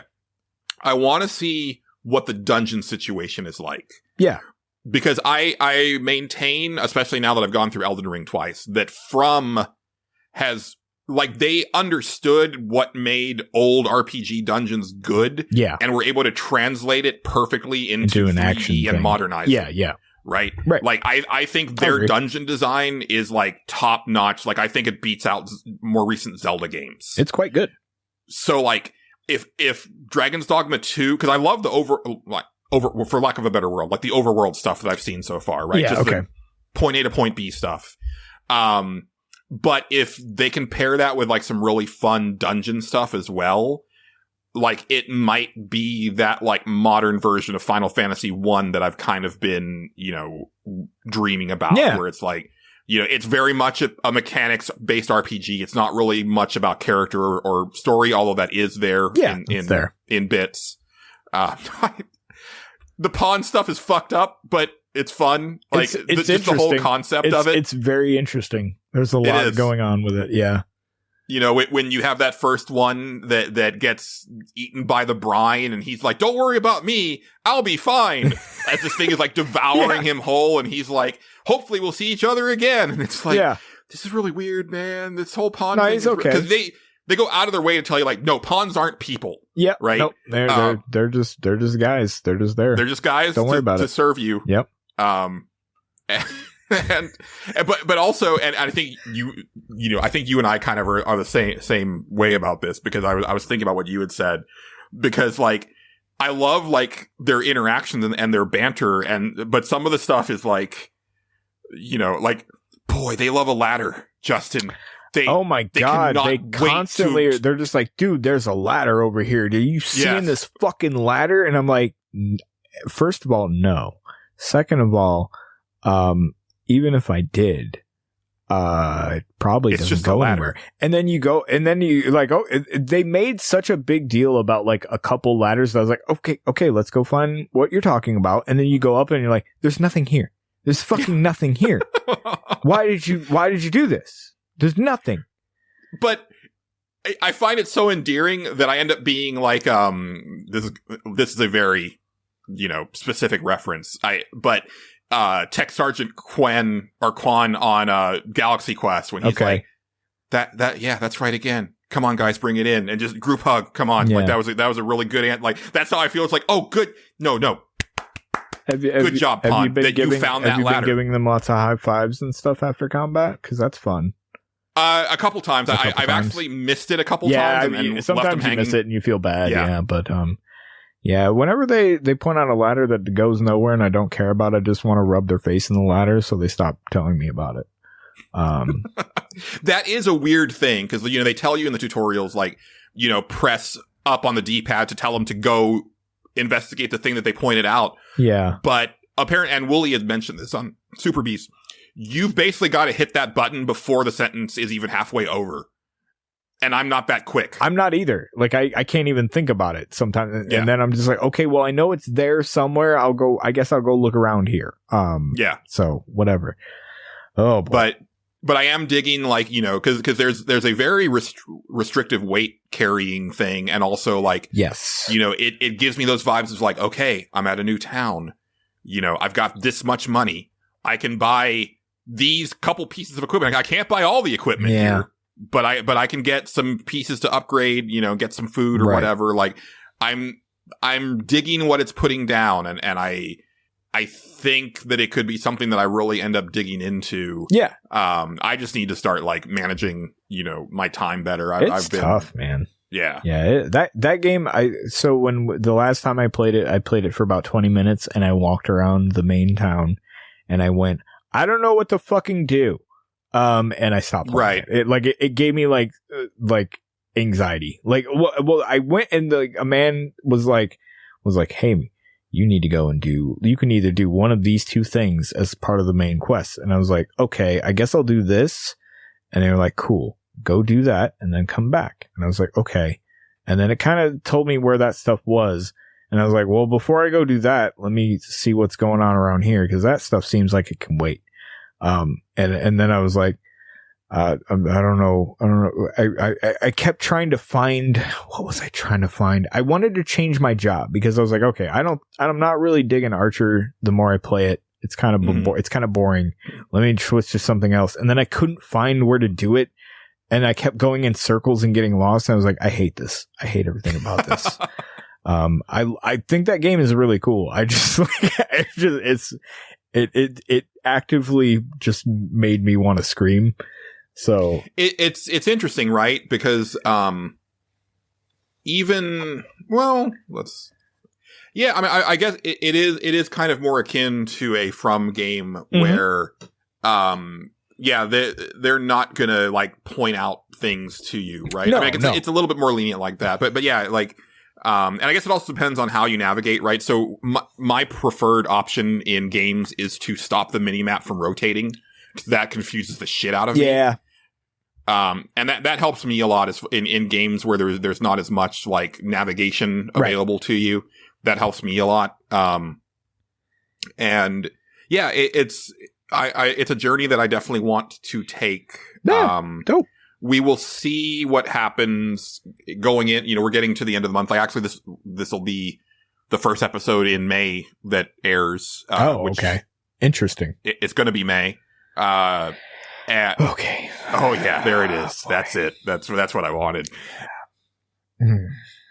So I need to do my May Persona 3 stuff. Right? Yeah. So got to take care of that. And then also May is, well, I guess I would rather start it in May because it's still, I want to start that next Elden Ring character and, start getting them ready for Shadow of the Erd Tree, which is like end of June, I think. So that'd give me plenty of time to like play it a little more casually, right? Yeah. Like, especially because like now that I've been through it twice, I kind of know where to go, and I'll probably just like look up like, this is the build that I want to do. Let me just look up where those items are and just make a beeline for those.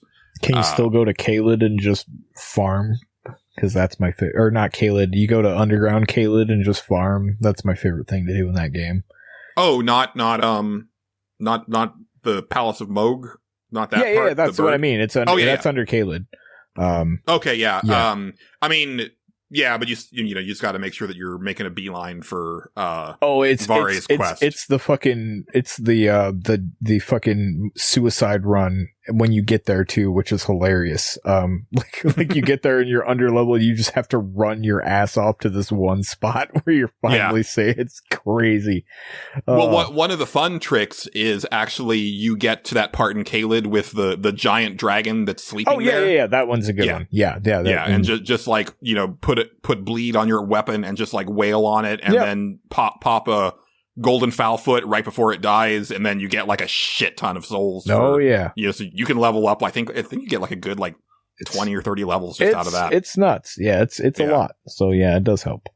Yeah. So I'm looking forward to that. But yeah, Dragon's Dogma 2, it's definitely very interesting, and I think it's something special, and it seems to have been selling really well. Capcom, man, Capcom is my favorite overall game developer, just historically. And they're also one of the ones now that are still willing to try weird stuff, which I like.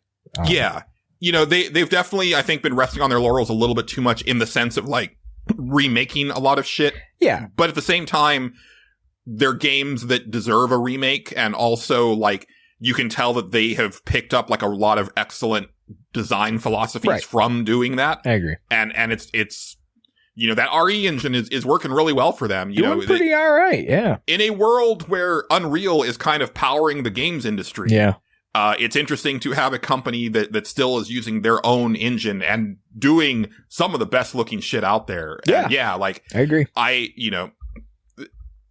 I was even a fan of Capcom in the 360 days, because that's probably what is considered the dark time for them. But I really appreciated the swings that they were taking with stuff like Dark Void and Bionic Commando and Dead Rising. Yeah, Dead Rising.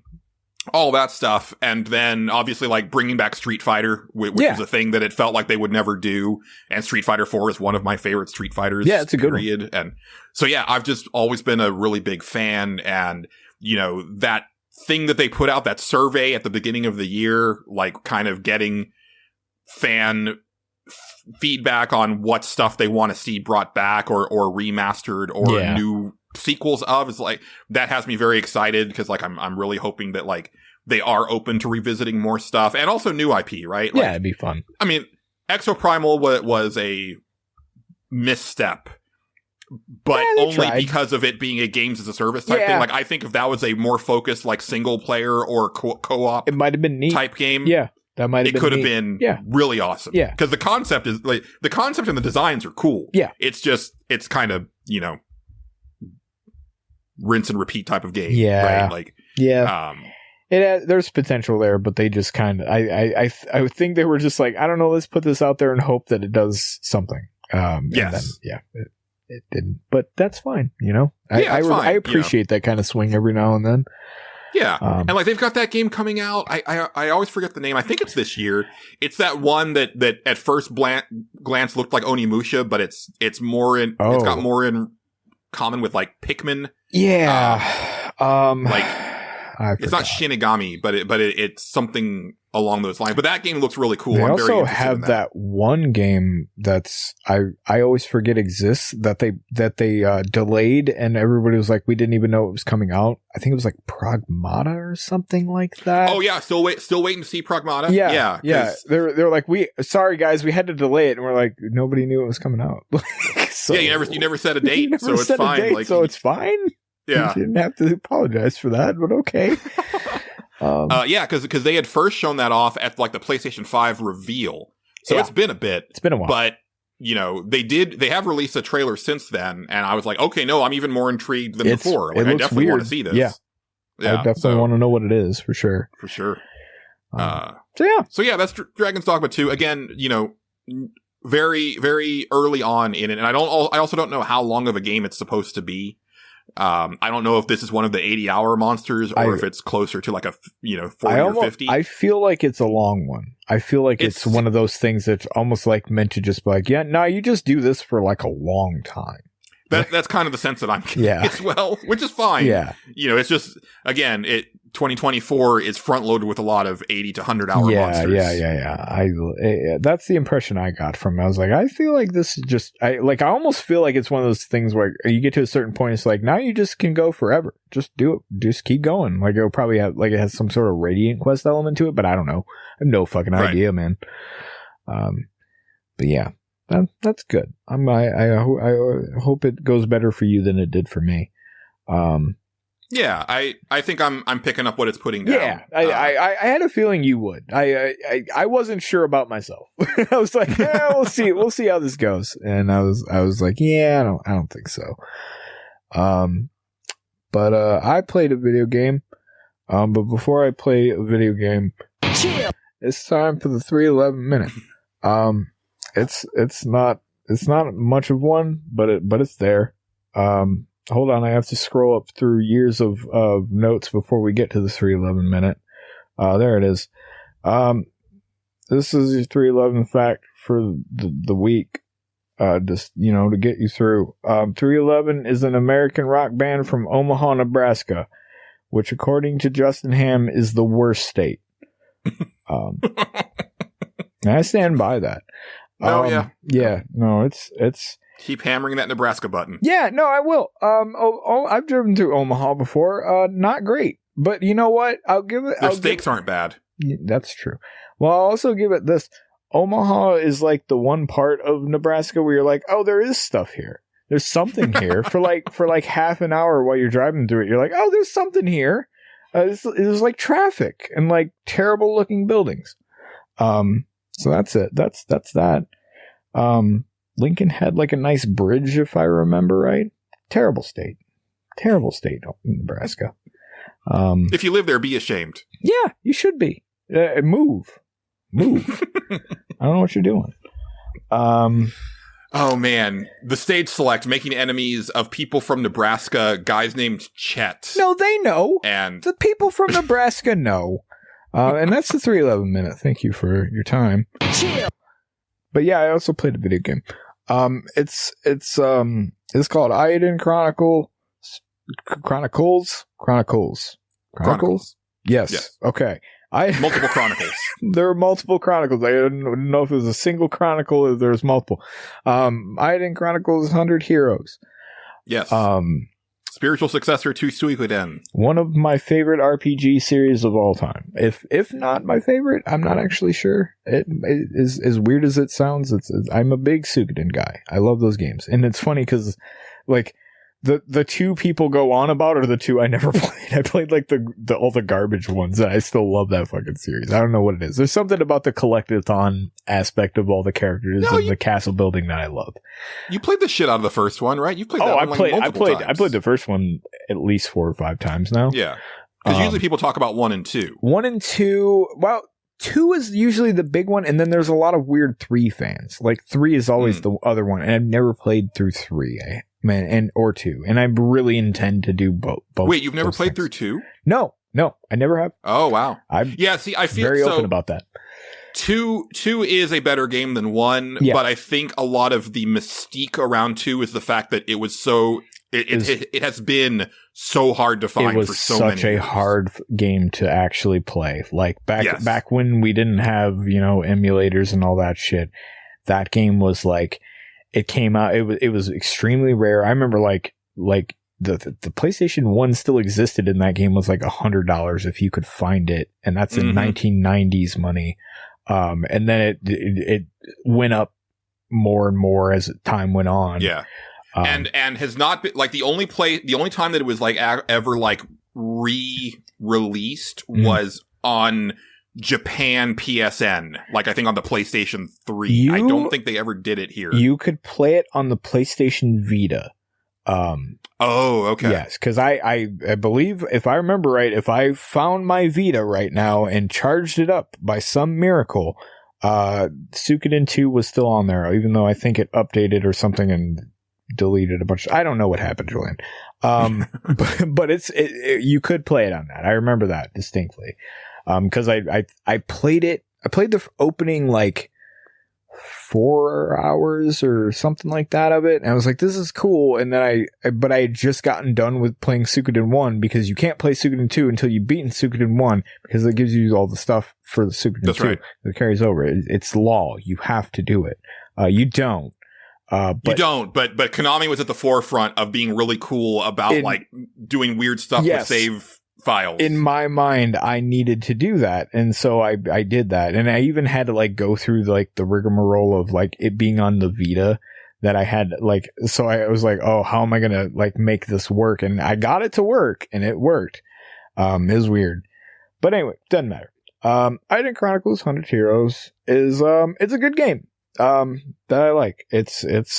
It meets expectations.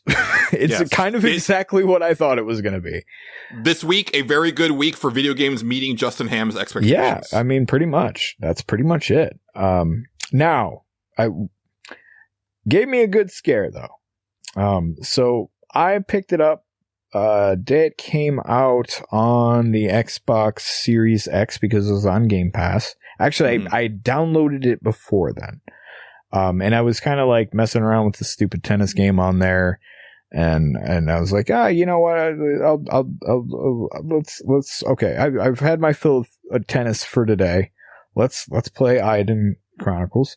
And so I booted it up and I played through it and I was like, okay, yes, this is very Suikoden intro, very Suikoden setup. Everything about this is exactly, you go on your little mission and then something's gonna be crazy. And then you're gonna do some stuff, and it's like down to the letter, man. They can't. It's like they can't help themselves. It's crazy. Like, you know, the first quest, you're looking for like I think a rune crest. Yeah, which is you're looking for a rune. One of the, they don't call them true runes in this one. It's like oh fuck, I forgot already. Legally distinct runes. Yeah. They're I forgot what they're called. They're called lenses or something like that. But I can't remember. Rune lens. Yeah, rune lens. But these are special ones, which in this old Suikoden universe, the special ones were ones that they called quote true runes, and those were like the ones that your main character would get. Like, and they were always a different one. But they don't go that route in this one, which I'm proud of them. Anyway, doesn't matter. Play through the intro. Get through a good 2 hours of the game. Start noticing that as I'm playing it, and I don't think much about it because it's the Xbox, but like it's making a lot of noise, right? And I'm like, weird. That's like I'm like, this game is. I'm like, normally that happens when you play like really graphically intense games. The fans are going up. It's you know. Shit's getting heated in there, and I'm like, oh, okay, that's expected when I'm playing like Cyberpunk or whatever. But I'm like, this is doing it. And even then, I don't notice. Well, you're a lot closer to your console than I am. So like, I never hear my PlayStation 5 or Xbox. If you're across the room, you probably don't even notice that shit. I do notice it because and also I don't play things very loud. Like I usually I just don't. I just have things quiet. I rely on subtitles a lot of the time to hear things. Although I turn it up enough to where I can hear it and know what's happening. And then especially this game, I had it up a good ways, but I'm definitely sitting there noticing. I'm like, that's weird that this game is causing that to spin up like that. That's kind of odd. And then in certain spots, I'm like, man, the frame rate just dropped a little bit right there. That's kind of weird too.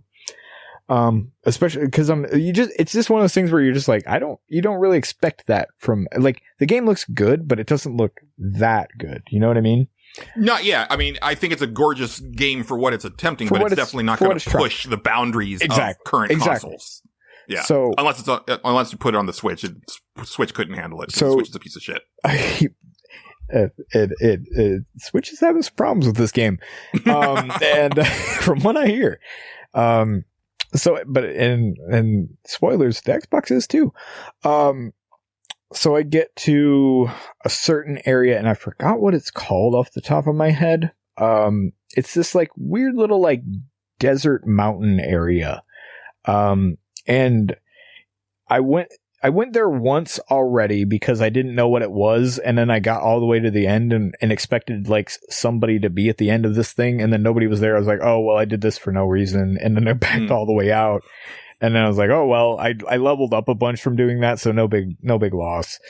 And then like I just missed a trigger walking through town because it's an old RPG. It's a very old style RPG. And I was like, oh, if I would have walked this way, I would have hit this and got this side quest for a character named Malor, who was in the Eiyuden Chronicles Rising prequel thing. She was a character in that. Okay.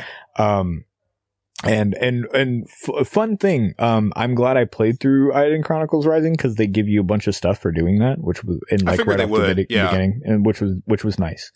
And it's also paid off every time I meet somebody from them. I'm like, I remember them. That was cool. I could tell they were a character. But anyway, Malora was pretty cool. She has like this whole like Sailor Moon gimmick going on. Like she's a magical girl, and she fights evil. And she's got, that's her thing. And I'm like, that's fun. So you go through, so she's like, I got to go to that place that you walked through. So we're going to have to walk through it all again. She didn't say that, but that's all I heard. Okay, fine. Let's do that. So I start walking through there and I'm like, and we're doing this thing and cutscenes are happening. I'm like, man, that Xbox is getting really loud. I'm like, it's getting really loud. I'm like, it's kind of, but it's to the point where it's been going on like this for so long that I'm ignoring it until all of a sudden I get to a save point, and right after I save it,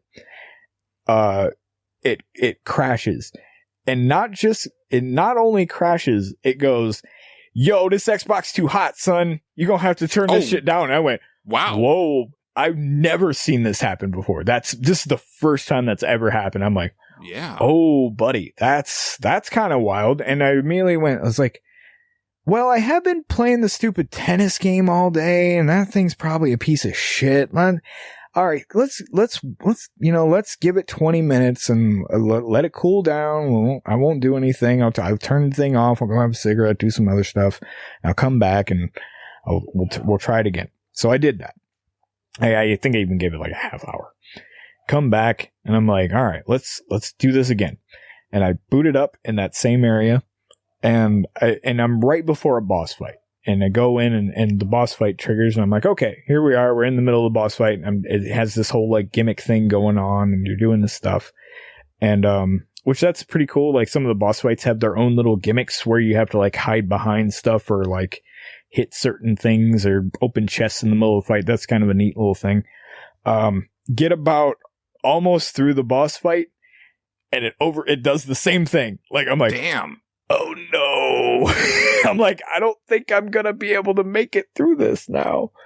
So I'm kind of like, oh man, I'm gonna have to start this over on a different thing because I don't know what to do at this point. And it took me, and this isn't like that far into the game, but it's like 2 hours, and it's like the whole intro, and it's like, oh man, it's not that bad, but it's still, I don't want to do all that again. Yeah. So luckily, if you get it on Game Pass, it has Play Anywhere. So all your save files go to the PC. So I just booted it up on the PC, loaded it up on there. All my shit was there. I was going to ask. No big deal. Cool. But that, just a word of warning, if you have an Xbox and you get it on Game Pass, maybe wait for a patch, because it doesn't. Are you sure that you aren't having deeper issues with your console? I played other shit that was totally fine, Julian. Okay, and then immediately afterwards, I looked that up. I was like, are other people having that problem? Because I thought the same thing. I was like, is this just me or is this other people? And everybody was like, no, this area right here, I can't even get through it. Or they're just bizarre. Like, yeah, it's just this one area. It's crazy. Huh. It's just like they didn't optimize it at all. And it's right. But it's 2 hours into the game. I don't want to take anything away from the game because, again, I think it looks great. Yeah. But, like, it does not seem like a game that should have any issue on even the Series S. It's absurd. It's fucking crazy, man. Like, I know. Weird. I felt the same way. And I'm like, I don't know what they're doing.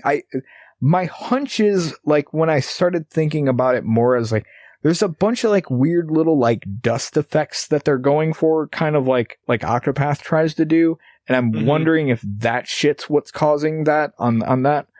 But it's like wild. there's some calculations in the background that are like running too many times on the Xbox version or something. So when you play it on PlayStation 5, if you get there, I'm kind of curious how it does for you. I'll let you know. I'm absolutely curious. Because I know the PlayStation 5 a little bit more powerful than the Series X. At least it feels that way.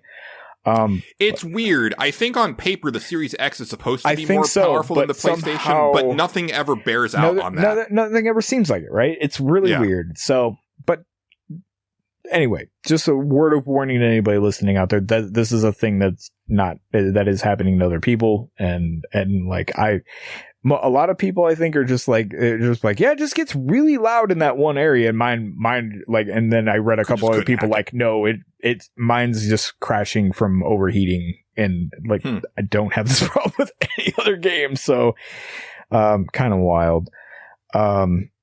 But anyway, I switched to the PC. All my stuff was there. I was like, thank God, and then it runs flawlessly, and immediately the things that I noticed was like, oh, there's graphics options, that's cool.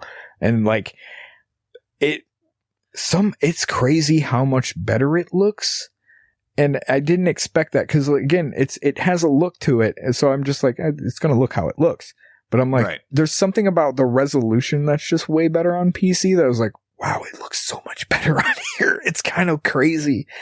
So I'm wondering if part of that has to do with the fact that I think, because like they started development on that before like the new consoles came out. It could be.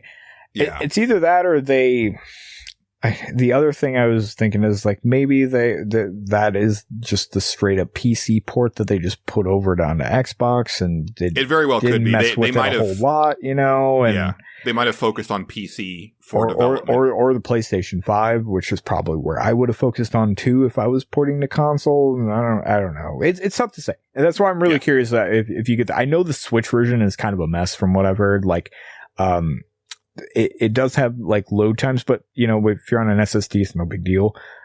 Switch don't have an SSD, so a lot of people are like, yeah, it takes like these load times are insane. Well, so it's like playing an old PlayStation game a lot of the time. That was the other thing when I tried to run No Rest for the Wicked on my laptop, and it's like, it's been a while since I've seen load time. Yeah. Holy shit. Yep. That's been a big thing for the Switch version of the game from what I've looked into.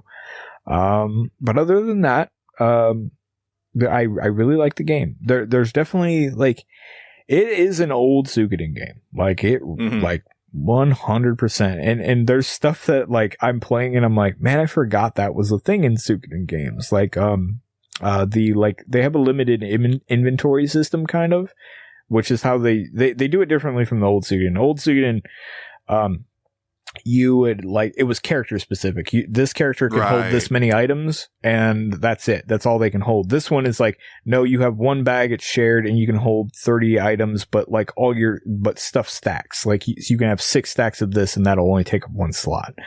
Or like you have 6 healing herbs will take up 1 slot in your bag. You have 30 slots. And eventually I think you can expand that stuff and stuff like that. But like, and I was like, oh man, that's kind of a pain in the ass. I wish they had gotten rid of that. And I start going through the dungeons. I was like, no, this was intentional, because they want you to like actually like have to think about it. Like sometimes and which I really like. That's what I've kind of been on about recently is that there's a certain, if it's done well, right, there's a certain, it adds a certain bit of challenge and thought to the game. It adds a bit, that attrition element to it, where you're just like, oh man, I might have to back out of here. And there was one dungeon where I actually did, where I got to where I was like, I know there's a boss coming. I am going to leave and come back, because it was actually, the way it was designed was almost like they knew that was a thing, because it was a big puzzle dungeon, which God, I hate that. But it was just like, yeah, you just got to rotate this thing around and figure out how it navigates. It wasn't that big of a deal. And like I got to the end of it and I was like, I am completely out of fucking healing items, and I don't know if I can beat these bosses coming up, so I'm gonna go back and go to town, buy myself some stuff, and come back. And I did that, and I was like, thank God I did that. I would have gotten my ass handed to me. Yeah, no, I respect that. Yeah, it does have... and I gotta say, as a recovering item hoarder in RPGs, I believe in you listeners. Use your items. You can do it. Yeah. I played Unicorn Overlord liberally using my items. Mm-hmm. And by the end of the game, the only thing that I ended up not having when I wished that I had it was the item that keeps you from getting hit by assist attacks. Oh, because those are fairly rare. Yeah. But even so, I would stock up on items, when I would find them at shops, and you would get them as rewards, and I would use them, and it made the game so much more enjoyable. Yeah. I did the same thing with Trails of Cold Steel. You can do it. I believe in you. You have so much money in the game that, money is easy to come by in Suikoden. So and healing items are pretty cheap. So it's all about okay, I can only put so many of these in my bag. And sometimes you'll go to pick something up, and you'll be fully stocked, and you'll be and it'll go, your bag is full. You're going to have to get rid of some shit. And you're like, let me just use every healing item I have right now on these guys, and we're fully healed, and now I'll pick up this piece of armor that I want or whatever. And then and they have ways to store it. Like when you go back to base, you can give it to the little elf girl, and she'll be like, cool, it's there now. I'm like, good. But yeah, that's a really cool element. Going back to it, I'm like, yeah, no, I see why this is like this. It adds a certain level of stress to everything. It does have the old Suikoden boss problem of bosses are either too easy or too fucking hard, or they're insane. It's that whole thing all over again, which is fun. They're not ridiculous. They're not unbeatable or anything. It's nothing like that. The battle system's not complicated. It's pretty straightforward. It's just but when a motherfucker hits you in this game, you feel it. You're like, oh yeah, that's a hit. That's half of that guy's health right there. So in one hit, yeah. And almost every enemy's like that. So you take it makes sense when you have a party of 6, right? Yeah. So it's kind of it. This is a weird reference, but it takes me back to when I would play with my Ninja Turtles as a kid. Because, you had the 4 turtles. Yeah. And the thing is with the toy line, there was always way more good guys that they would make than bad guys. So when I was playing, I would make the bad guys super tough, right? If they're fighting Mutoid Man, it's going to take everything that they've got to take this one guy down. Because otherwise, what are you even doing? It's unfair. Yeah, that's true. So yeah, it's kind of like that. But it's fun. Like I said, the battle system is very simple. It's very Suikoden. There's not really that much to it. It's just you have a little SP bar, which will allow you to use certain attacks. And then you have MP and magic, which MP is new. They used to just do, dungeon or D&D style, spell slots for the spells. They did, didn't they? Yeah. And so that was kind of interesting that they went to MP in this one. I prefer MP over the spell slot thing. Even when I was playing Baldur's Gate 3, I was I get why this is like this, but I can go either way on that. It depends. They don't give you much. I can see where the strategy in Baldur's Gate 3 comes in, right? Where it's especially when you could convert a spell to a tougher to a stronger version by using a higher spell slot. Right. Yeah. You don't quite get that here. It was just it was more you would level up runes, and then now you have more uses of this stuff as you leveled up. So it was fine. I don't think I've been leveling up any of the lenses or runes or whatever the fuck they are in this one. I think you just kind of get new ones and they do different stuff. Doesn't really matter. But the combat's really simple. There's an auto fight system, and I've been using it pretty liberally. You can set it up. It's not Unicorn Overlord. You're not gonna set up every little move. It's just kind of, but there's enough there to where it's hey, set it up to where like all my guys just attack and they'll use items if they need to, but don't use any of the MP. Let's save that. Or like, or you can just let them go fucking nuts and they'll just go ape shit on and use whatever they can. Which is not a good idea. Yeah, I prefer to have full control. Yeah, no, on you stuff, can. which is again, it's weird that I loved Unicorn Overlord so much. I'm gonna tell you something. You can do that. You can just pick every single thing. After a while, when you're just like, but I'm just picking attack every single time. Right. This just saves time. Like you just put it in auto and let them swing, man. It doesn't matter. Like it's fine. They'll use the SP attacks and that's fine because that shit just like comes back anyway. I'm still a little unclear as to how that refills. I know it refills over like your turns in a fight, but I don't know how it transfers between battles because sometimes it seems like it does and sometimes it seems like it doesn't. I don't know. It's confusing. But yeah, like it's fun. It's kind of exactly what I thought it would be, and that's all I require of it.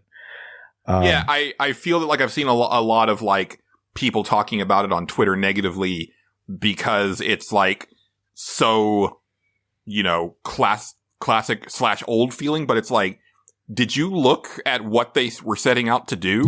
Like they were specifically setting out to make a game that's like Suikoden 1 or 2 or both. Yeah. Right? Like that was the assignment. That is what the Kickstarters signed on for. Like that. No, they did the job. Exactly what they wanted to do. Yeah.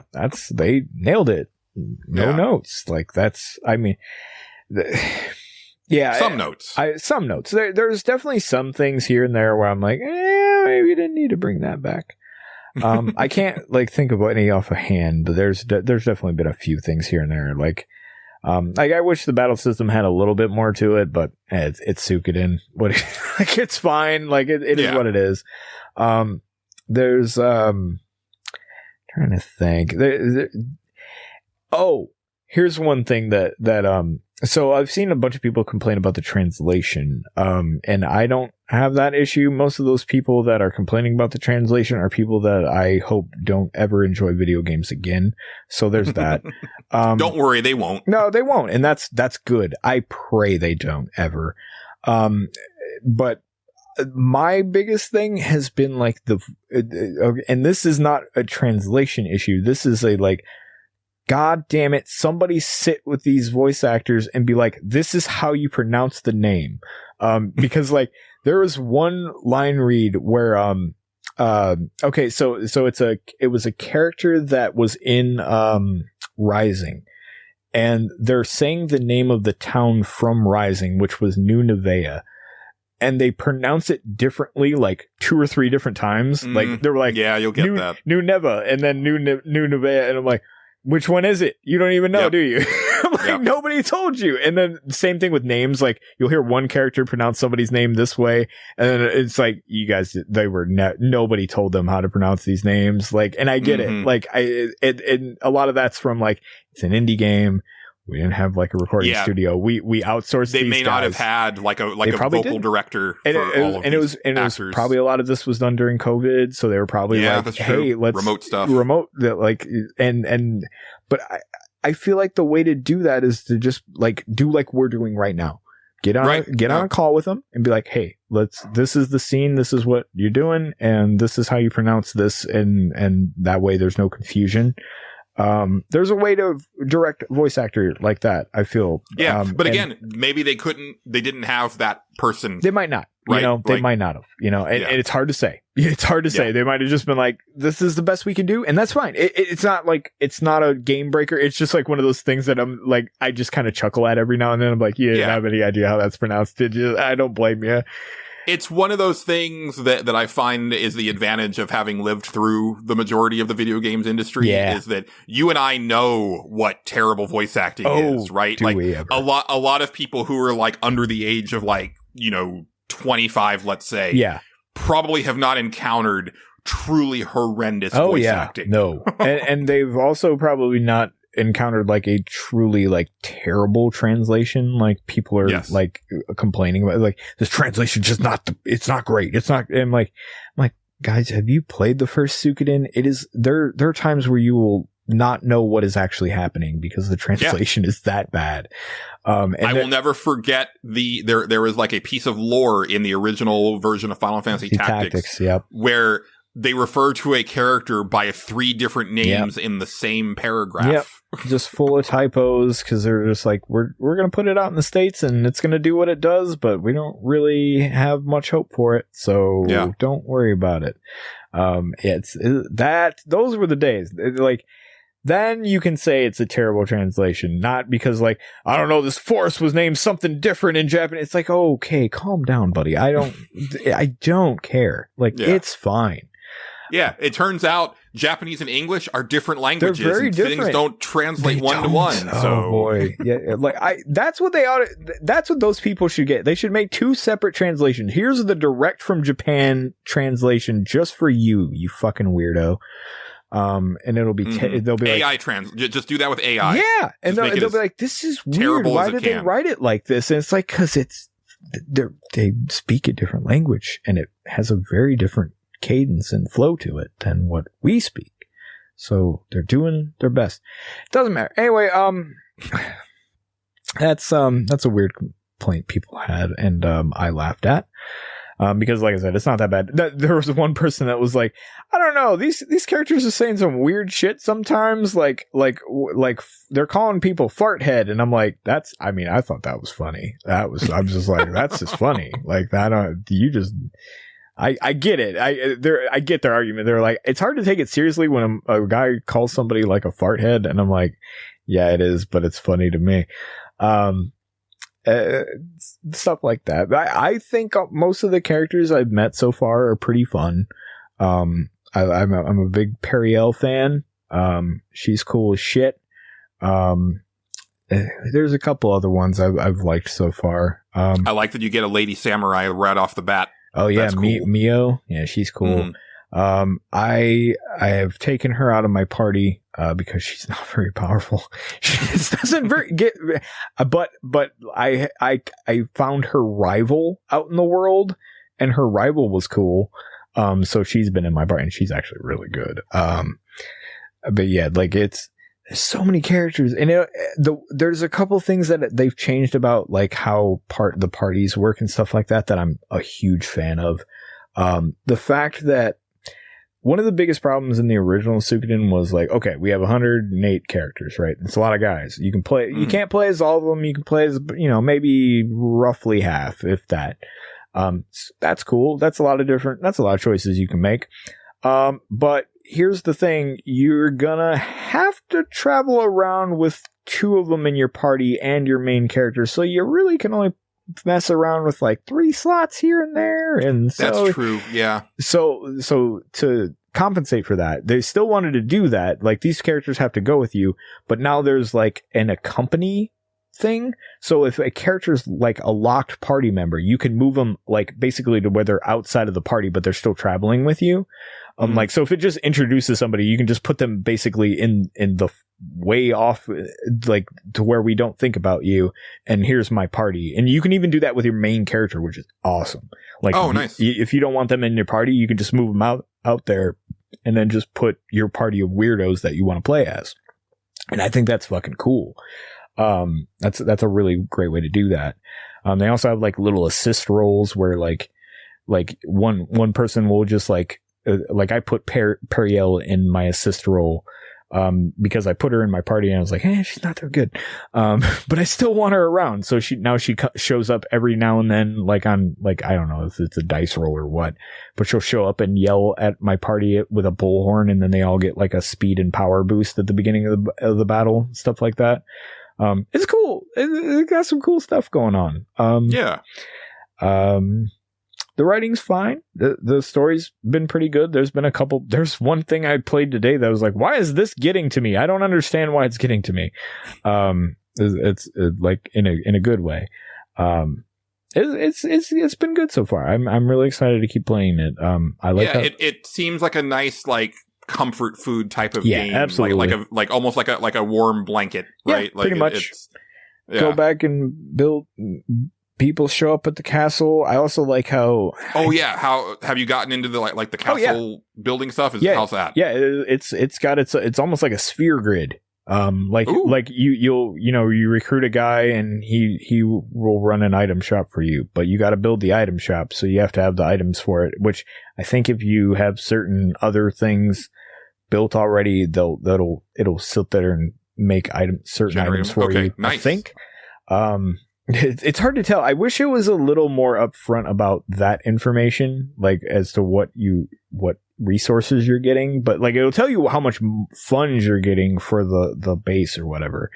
But I never have had like much of a resource problem unless it's like a more rare resource, and there's a couple of those that you got to go out and find in the world, and that's not. But those are a lot of the times when you have that issue, you can press a button and it'll be like, hey, go here and you'll find them. And it's like, oh, okay, cool. I'll go there. Oh, that's nice. Yeah, it's very nice. It's very nice. So yeah, you have like a whole little sphere grid and like you do that, and then the men will build their little things and you'll do it. There's a chef man, and I had a little Iron Chef mini game with him. That's fun. You'll hate this. There's a card game. Sorry.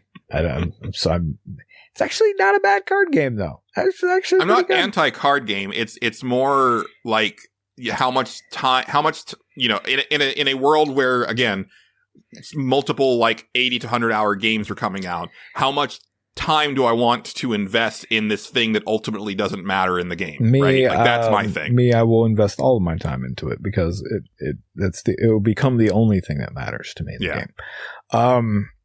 Look, I played a shit ton of Sujimon battles in Infinite Wealth. Listen, and I was like, I can't let this happen again. Next time you play Witcher 3, Julian, I'm telling you, get into that Gwent. You got to get into it. I couldn't understand Gwent. I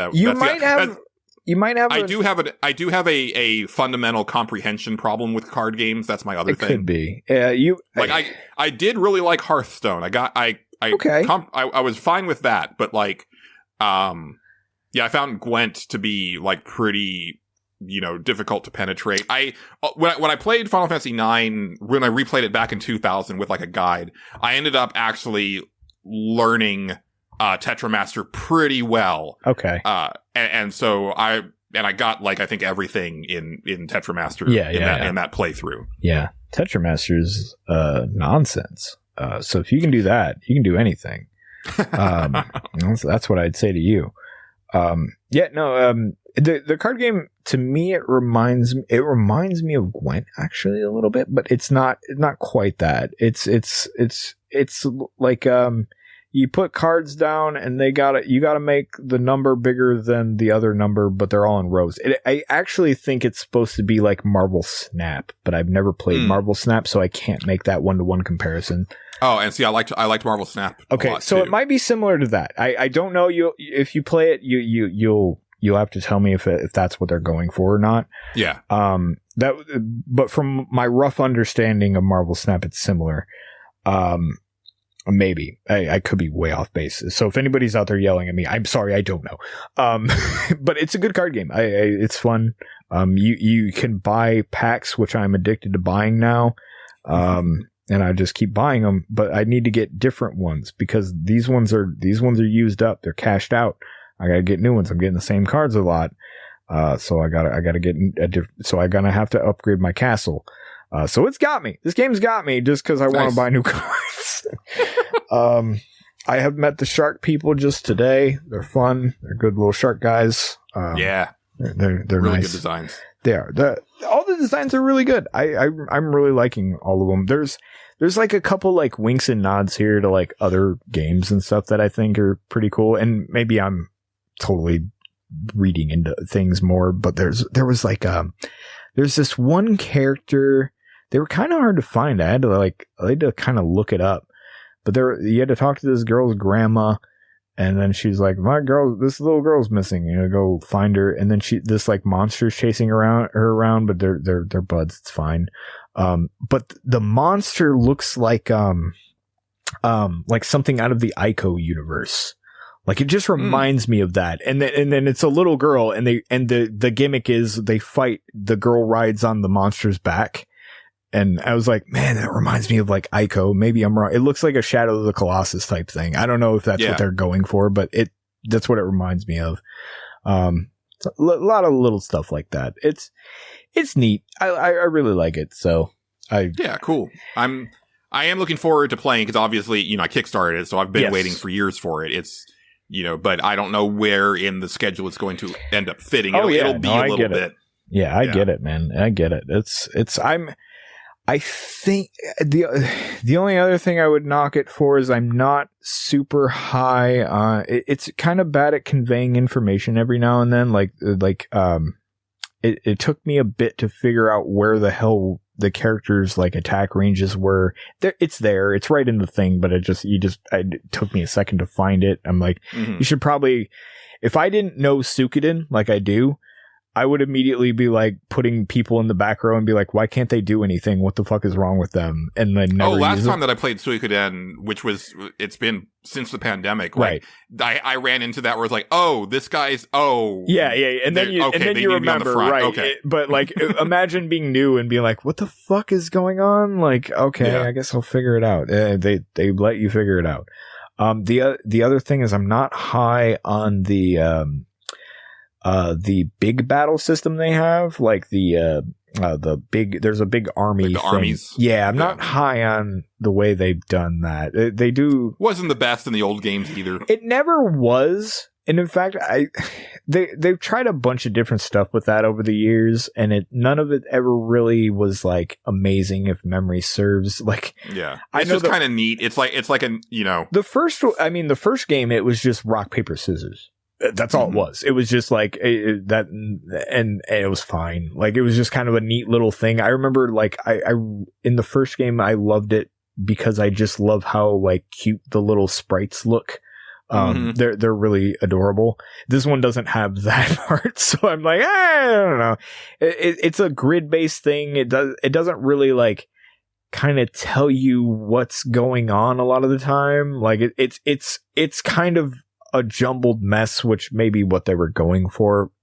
It's functional, it works, it's not unplayable or anything, but if you're looking for a great tile-based strategy game, probably don't play Eiyuden Chronicles for that. Oh no, absolutely. You're not going there for that. It's serviceable, it works, and maybe it'll get better as I go. But so far I was like, yeah, this isn't super great, but it's fine. They don't last too long or anything like that. That's Eiyuden Chronicle. It's pretty good. I like it. Yeah. Maybe don't play it on Xbox. Don't do that. That's that. The Stage Select is made possible through the support and funding of viewers like you. Here are our wonderful patrons. All right. Well, before we move on, Justin, it is the beginning of the month, so it is time to thank all of our lovely patrons. Oh, all of them. All of them. All right. We appreciate all of our patrons. We thank our executive producer tier weekly, but at the beginning of the month, we thank everybody. Okay. And so far, at the executive producer tier, we have Bookie. We have Casey Curran. We have David Portnov. We have Xrian. We have Matt Jorgensen. We have Philip Becker. We have Stephen Lobo. We have Xavier Krager. And at the associate producer tier, we have Andrew Wilson. We have Joel Thoman. We have John Gholson. And at the key grip tier? Yes. Grip tier. Okay. We have Weston. Yes. Just Weston. So far. Thank you so much for everybody joining the Patreon. By the time this episode hits, I should have put out like a fun little like cutting room floor edition, like special episode, which is fun. I plan on actually having that done before I actually edit this episode. So it should be up there. And as you heard when we went to space, like we've got some ideas, percolating, and I still am wanting to do that like, special, like, look back at working in video game retail with friend of the show, John Gholson. It's just, he's really busy right now. So waiting for his schedule to clear up a little bit. Also want to have him on the main show, sooner rather than later. But I have one last thing. Okay. And I'm putting it last because I know it's not going to be everybody's cup of tea. And if you don't want to hear about a porn game, then you can just look at the timestamp and skip to questions, comments, and concerns. Oh, there you go. Because when I refunded No Rest for the Wicked on Steam, I just had them put it in my Steam wallet instead of back to like my payment method. As one does. And I was like looking around and, you know, like obviously at this point, like my recommendations on Steam are different than most of the people listening to this. They're completely ruined. You don't have to sugarcoat it. Yeah, no, I know the feeling. Not completely ruined because I still get, you know, them like sending me like Call of Duty or Helldivers or they'll Banishers. They'll send me a Manor Lords here and there, you know. Yeah, exactly. But I saw this one and it was one of those things where like had an interesting trailer, positive reviews. It had just come out at 1.0. And I was like, okay, like, you know, and it was like $15. Okay, what game is it? It is called Fate and Life: The Mystery of Vaulinhorn. Okay, all right. This is on Steam, right? All right, is on Steam. I'm gonna have to look this one up. Let's see. Oh God, I'm gonna regret it, aren't I? Maybe not. Okay. I don't know. This is a very interesting game to me. Okay. So, oh boy. All right. This. It is one of those games. It's weird because on one hand, it feels very expensive for this type of genre. Yeah. But then on the other hand, it also has like a lot of the like, if you play enough of these, right? Like you'll see the difference between like it's the same girl that I've seen a few times. Right. Like you recognize like a lot of the stock character models, and also it's like, oh, this lighting is bad. Like they couldn't figure out how to light this character without making them look like they're dead. Like their skin is just gray because, you know, the person posing this doesn't know lighting. Right. Right. Also like, you know, some of the posing or some of the animations are just jank. You'll have that. And you know, other little things where it's like, I can't really tell, is this supposed to be in America or not? Like, you know, things like that. So the main character is this, woman who is, she's married and she is undercover as a professor at a college investigating a bunch of like disappearing, of missing persons cases. Right. And a lot of the missing persons have been like students. So that's why she's stationed here. Right. And there's like some cult stuff that might be involved. A lot of these games really like cult stuff. This one also has like a supernatural element to it that's kind of in the background. Okay. The story I find relatively interesting. Okay. Like one of my favorite parts, and I I'll get to it. But like, so, you know, you find like one of the the first missing person, like that not the first one that went missing, but someone reappears, and it's the first time that someone has been found in this case. And so you go to talk to them, you know, in the interrogation room, and he's a student, and he says that like, it was weird because I went to the kitchen and my mom made me like my favorite meal for breakfast. But then I remembered that she had died 5 years ago, right? And it was like, oh shit. And then he was like, once I realized that, like everything got weird and I felt strange and blah, blah, blah. And then I finally woke up because I knew that it was a dream. But when I went downstairs, like my dad and my like brother were like crying because like and apparently he'd been gone for like weeks. Right. Right. But no time had passed for him. And it's like, okay, that's really interesting. And that stuff is pretty good, except for the fact it's one of these like unintentionally hilarious games, Justin. Okay. Yeah. Because it feels like it's written by someone who has only ever read the types of novels that you would buy like at an airport to like pass time on a vacation. Okay. Well, yeah. You know, stuff like the Da Vinci Code or one of those kind of middle of the road mystery novels or something like that, right? Like, right. They're using a lot of really flowery language to say ultimately nothing a lot of times. Oh yeah, you'll have that. Yeah. Yeah. Or just very repetitive. Like I got to the part where they were talking about the four silent rulers of Vaulinhorn. Oh boy. Right? Okay. And eventually you meet one of them and he kind of spills the beans about their whole setup and everything.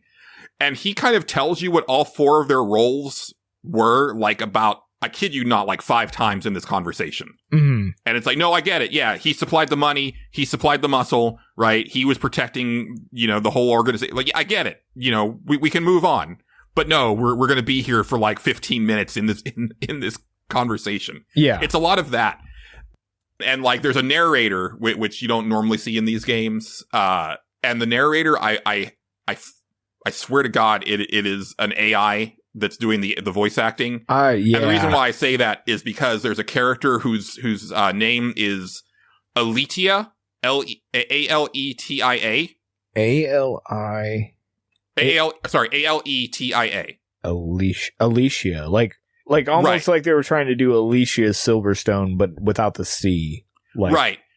But, okay. And this narrator pronounces it differently in almost every line, which tells me that it's an AI that's bugging out on the pronunciation. Yeah, you don't need much to make or it's like an Eiyuden situation where there just wasn't a director, and so they're just like, let me do a couple different takes. One of them will be right. Yeah, yeah. And then at that point, it's whoever like put together the audio just didn't give a shit, and they're like, it's fine. But here's the thing: I have never played a porn game where the sex part of it and the story part of it were less disconnected or were more disconnected than this. Oh, that sounds good. Okay. It doesn't make any goddamn sense, Justin. That's what you want. That's the best part. The main character will have just, gone down on these guys like a circus seal to take a line from old View Askew movies. Yeah. And then it will cut to a very long, very expensive looking CG monologue where the narrator is telling you some thing about fate or something about life or something about destiny that goes on for way longer than you would ever think, especially in a game of this caliber. And I'm looking at it and I'm like, this isn't good CG, but I know CG is still expensive, especially at this scale. Yeah. And it's like, this is where your budget went. And I don't know why, because this shit says literally nothing about anything and is so disconnected from everything to the point that like once the CG finishes playing, you're back at the final screen of like the last sex act that happened. So it's like, okay, yeah, there's just this woman that's like covered in jizz, and then there's a message that says, be sure to watch the video that just played before moving forward. Well, yeah. And then you move forward with the story, and it's like, what just happened? What's going on? Like, and the character, whatever she had done in that previous scene has no bearing on what happens next, right? Oh yeah, no. Of course. But at the same time, I'm interested in this cult and disappearance storyline and the supernatural element of it. I'm like, there's some stuff here. I'm kind of getting into this. It feels like they had to tack on the other part to sell people on it. It does feel that way. Yeah. It feels like a porn game that doesn't want to be a porn game. It actually reminds me of this one 90s porn movie. Okay. Where I remember thinking like, oh, the director of this wants to be a director, actual film director so bad. Right. And he was like, oh shit, but I have to have sex in here. Let's get this out of the way. Like it has that They're feel trying to it. They're trying. Yeah. And again, Justin, 1.0 release. That's what it said. Yeah. Right. I'm like, okay, cool. Finished game. Like that's yeah. I feel good about this. And then I literally get to a to be continued. Yes, always check reviews. The reviews were good. That's the thing. Oh, that's interesting. Okay, well, maybe it is a complete game, but there's going to be a chapter 2. I don't know. No, that's the thing, Justin. Okay. Nothing's resolved. Oh, okay, good. Well, that's what you want. Nothing actually. I mean, stuff happens, but like, there's no resolution to any of it yet. Yeah, and the game literally says to be continued in the middle of what's about to be a sex scene. Oh, well, maybe part 2 starts with that. I don't know. It will, but like it does. That doesn't. Oh man, that doesn't make any goddamn sense. I feel like this is something I would have to see to know it, to be like fully no. Sure, but it reminds me of this horror movie that I watched where, I kid you not, you get to the end of it and there's a message that pops up that says, go to this URL to see what happened. Oh boy. Oh, that's, I don't know about that. That's same energy here. Yeah. Yeah. And it's funny because, so I've been following like the for anybody who doesn't know, like, I didn't play these games until Justin started doing his podcast, This Is Video Games. Yeah. And it's because I was curious after, listening to Justin's podcast. And the first game that I played was a game called Summertime Saga, which is kind of like the Lord of the Rings of porn games in the sense that it has inspired so many of these. Yeah. That, it was good that was my first one, because if you go the other way, like, it just feels like extremely like rote and super tropey, but it's because they did the tropes first. Right. That game is an ongoing game, but when I played it in March of 2020, I thought that it was finished because they had just released like the final part of the main story. Yeah. And so I got to the end of the main story and I felt completely satisfied. There's other elements of that game that they're still working on, as far as like the dating sim part of it, and like you're eventually supposed to like take one of the main girls to prom. That's how the game's supposed to actually finally end. Okay. But the creator, Dark Cookie, has said many times that he doesn't want to put it on Steam because he doesn't think that it's in a state to be on there yet. And it's like, my dude. Fucking, it's fine. Like, have you been here? Like, it's fine. Like, there's a lot of them that I've been like, I think this might be a done game. And then you start playing it for 2 minutes and you're like, I was wrong. I was really wrong. Very wrong. Yeah. This is not a complete game at all. Yeah. So now I'm just going through my wish list and adding things to the cart, that I've forgotten about. But I am happy to announce, Julian, that Love Is All Around, Love in the Room is now in English subtitles, so we can play that. Oh, that DLC that you were really excited about. Okay. I held off last time because I was like, oh, it's not in English. Thank God I read that. Nope, in English now. We can rock with it. Excellent. There's one game that I've added to my cart that I'm like, you should. What do you think of this? Because it's called.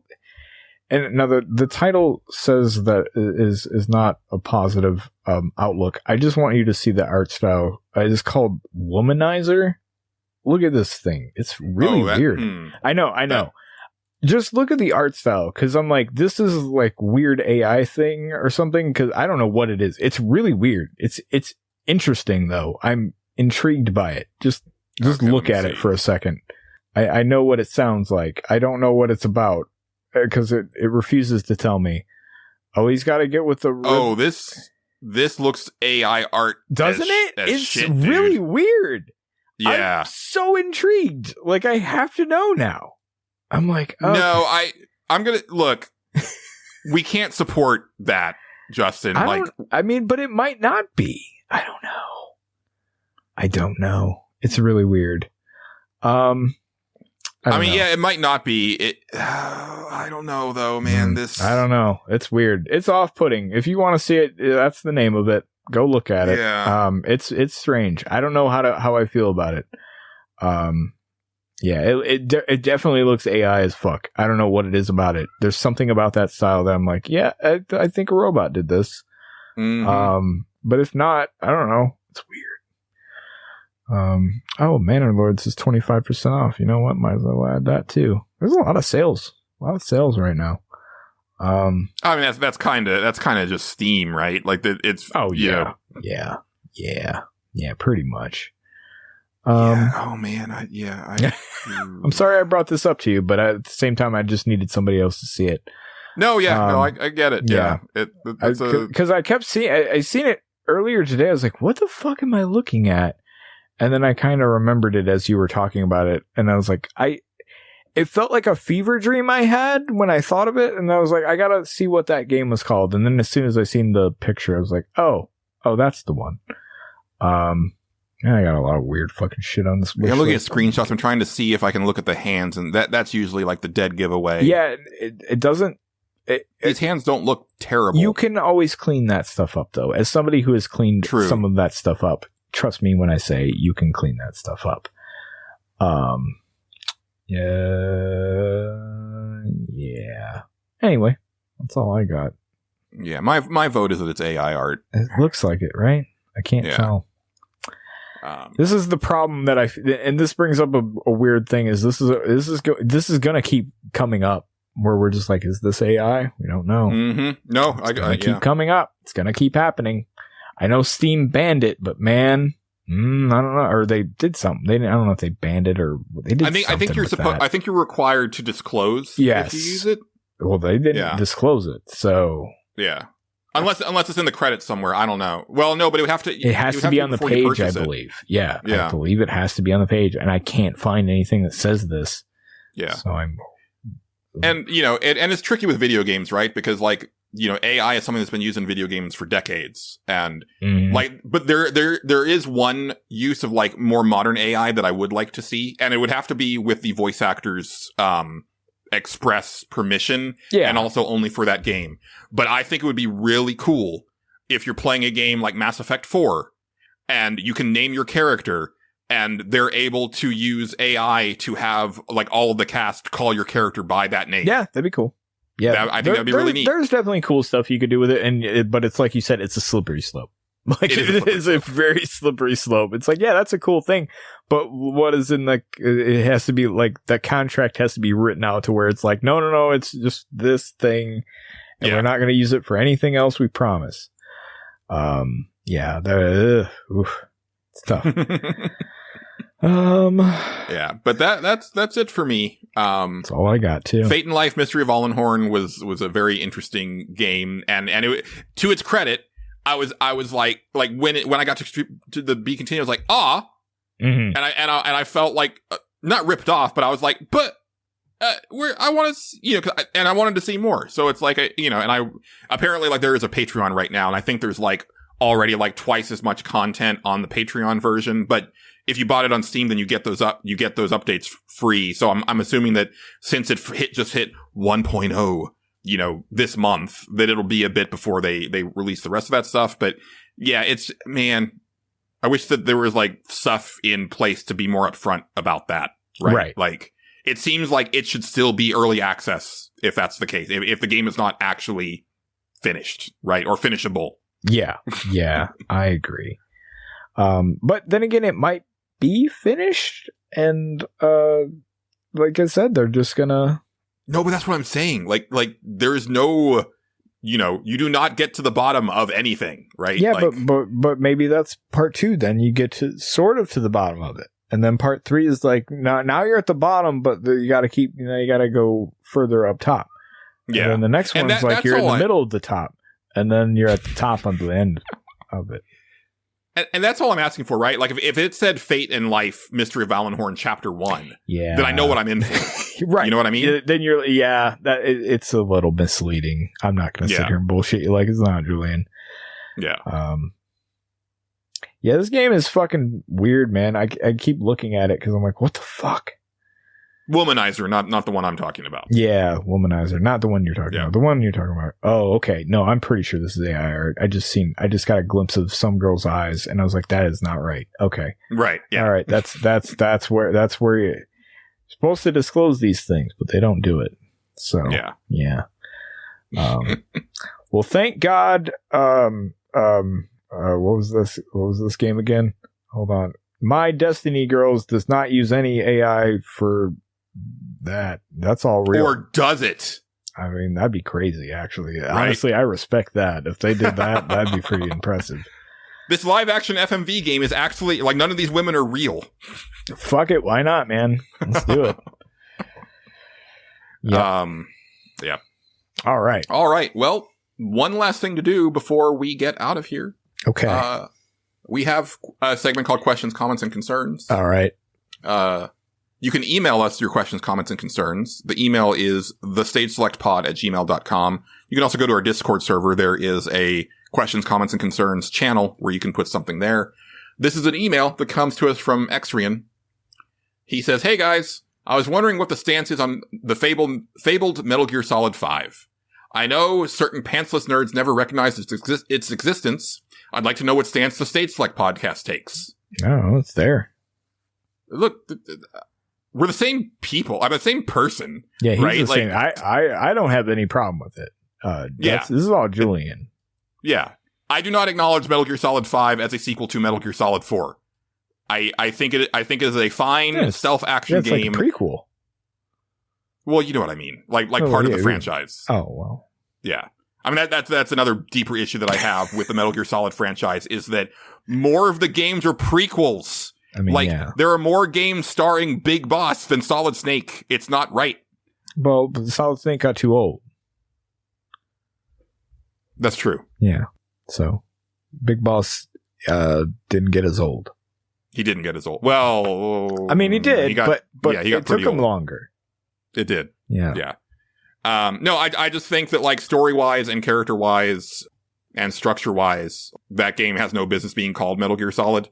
I think it's a fine game on its own, but, like, I don't know what they were doing. And I think it was the beginning of a deeper problem with Hideo Kojima himself, which is just, he's become such a star fucker, and he's like, no, I really want Kiefer Sutherland to play this character that everybody that loves. was one of those things that was a litle weird, but Yeah. you know, what are you going to do? But I only had him in the recording booth for a day, so he doesn't really talk that much anyway. Doesn't really talk that much anyway, yeah. And then he says, excellent show, guys. Legitimately my favorite podcast going. Thank you. Okay. He says, Michael Mann's onstage performance for Silent Hill should win an Oscar. But the State Select would not be eligible for Oscars. We would be eligible for Emmys. Also, I don't know who Michael Mann is. Is that a director? Michael Mann. What's the guy that's the director? Oh, I think he is. Yeah, I think. Oh, wait. Okay, then I don't actually know what that means. Well, I know Mitchell Mann, but I don't know Michael Mann. I don't know who that is. Is that his brother? It might be his brother. Oh, that's what he meant. Okay, Yeah. that makes more sense. He was talking about Mitchell Mann's performance of the Silent Hill scene in video game. You read it. That makes more sense. You read it as he had it on the page, and I was like, I'm going to point this out. Yes. No, thank you, because I was highly confused. Yeah. Okay. Yeah. I thought he was talking about an onstage bit that didn't actually happen in the show, but because we're a, quote unquote TV variety show. Oh, okay. That he was playing into that. But no, I understand now. That makes more sense.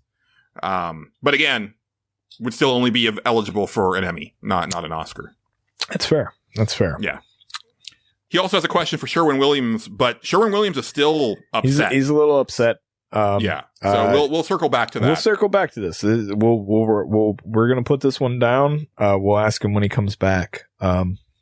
For sure. I feel like this is one that he's gonna be excited to answer. So it'd be good. And we do have some more Ask Sherwin Williams questions in the Discord. So for sure. When we can get Sherwin back into the auditorium, he will help us and answer those questions. Absolutely.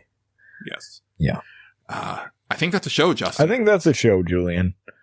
Yes. Hopefully Where can they find you online, sir? You can find me on Twitter, I guess, sometimes at Tyrone_Swift. You can find he's like a metal slime on Twitter. Every now and then I show up. Yeah, it's pretty rare. I'll show up if you tag me. Well, and sometimes days later because I don't really pay attention. I really don't. I'm bad.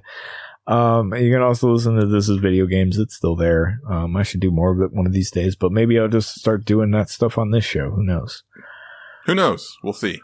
You can find me on Twitter at Julian_Titus. I'm also on Blue Sky. Just look for Julian Titus. The show is on Twitter at State Select Pod. Thank you very much to the wonderful Megan McDuffie for our theme song and interstitial tracks. And thank you to John Gholson, friend of the show, John Gholson, for our logo artwork and being our show announcer. That's it for this edition of the show. I've been Julian Titus. He's been Justin Ham. We've been the State Select. Signing off. Love you, Grandma. Miss you.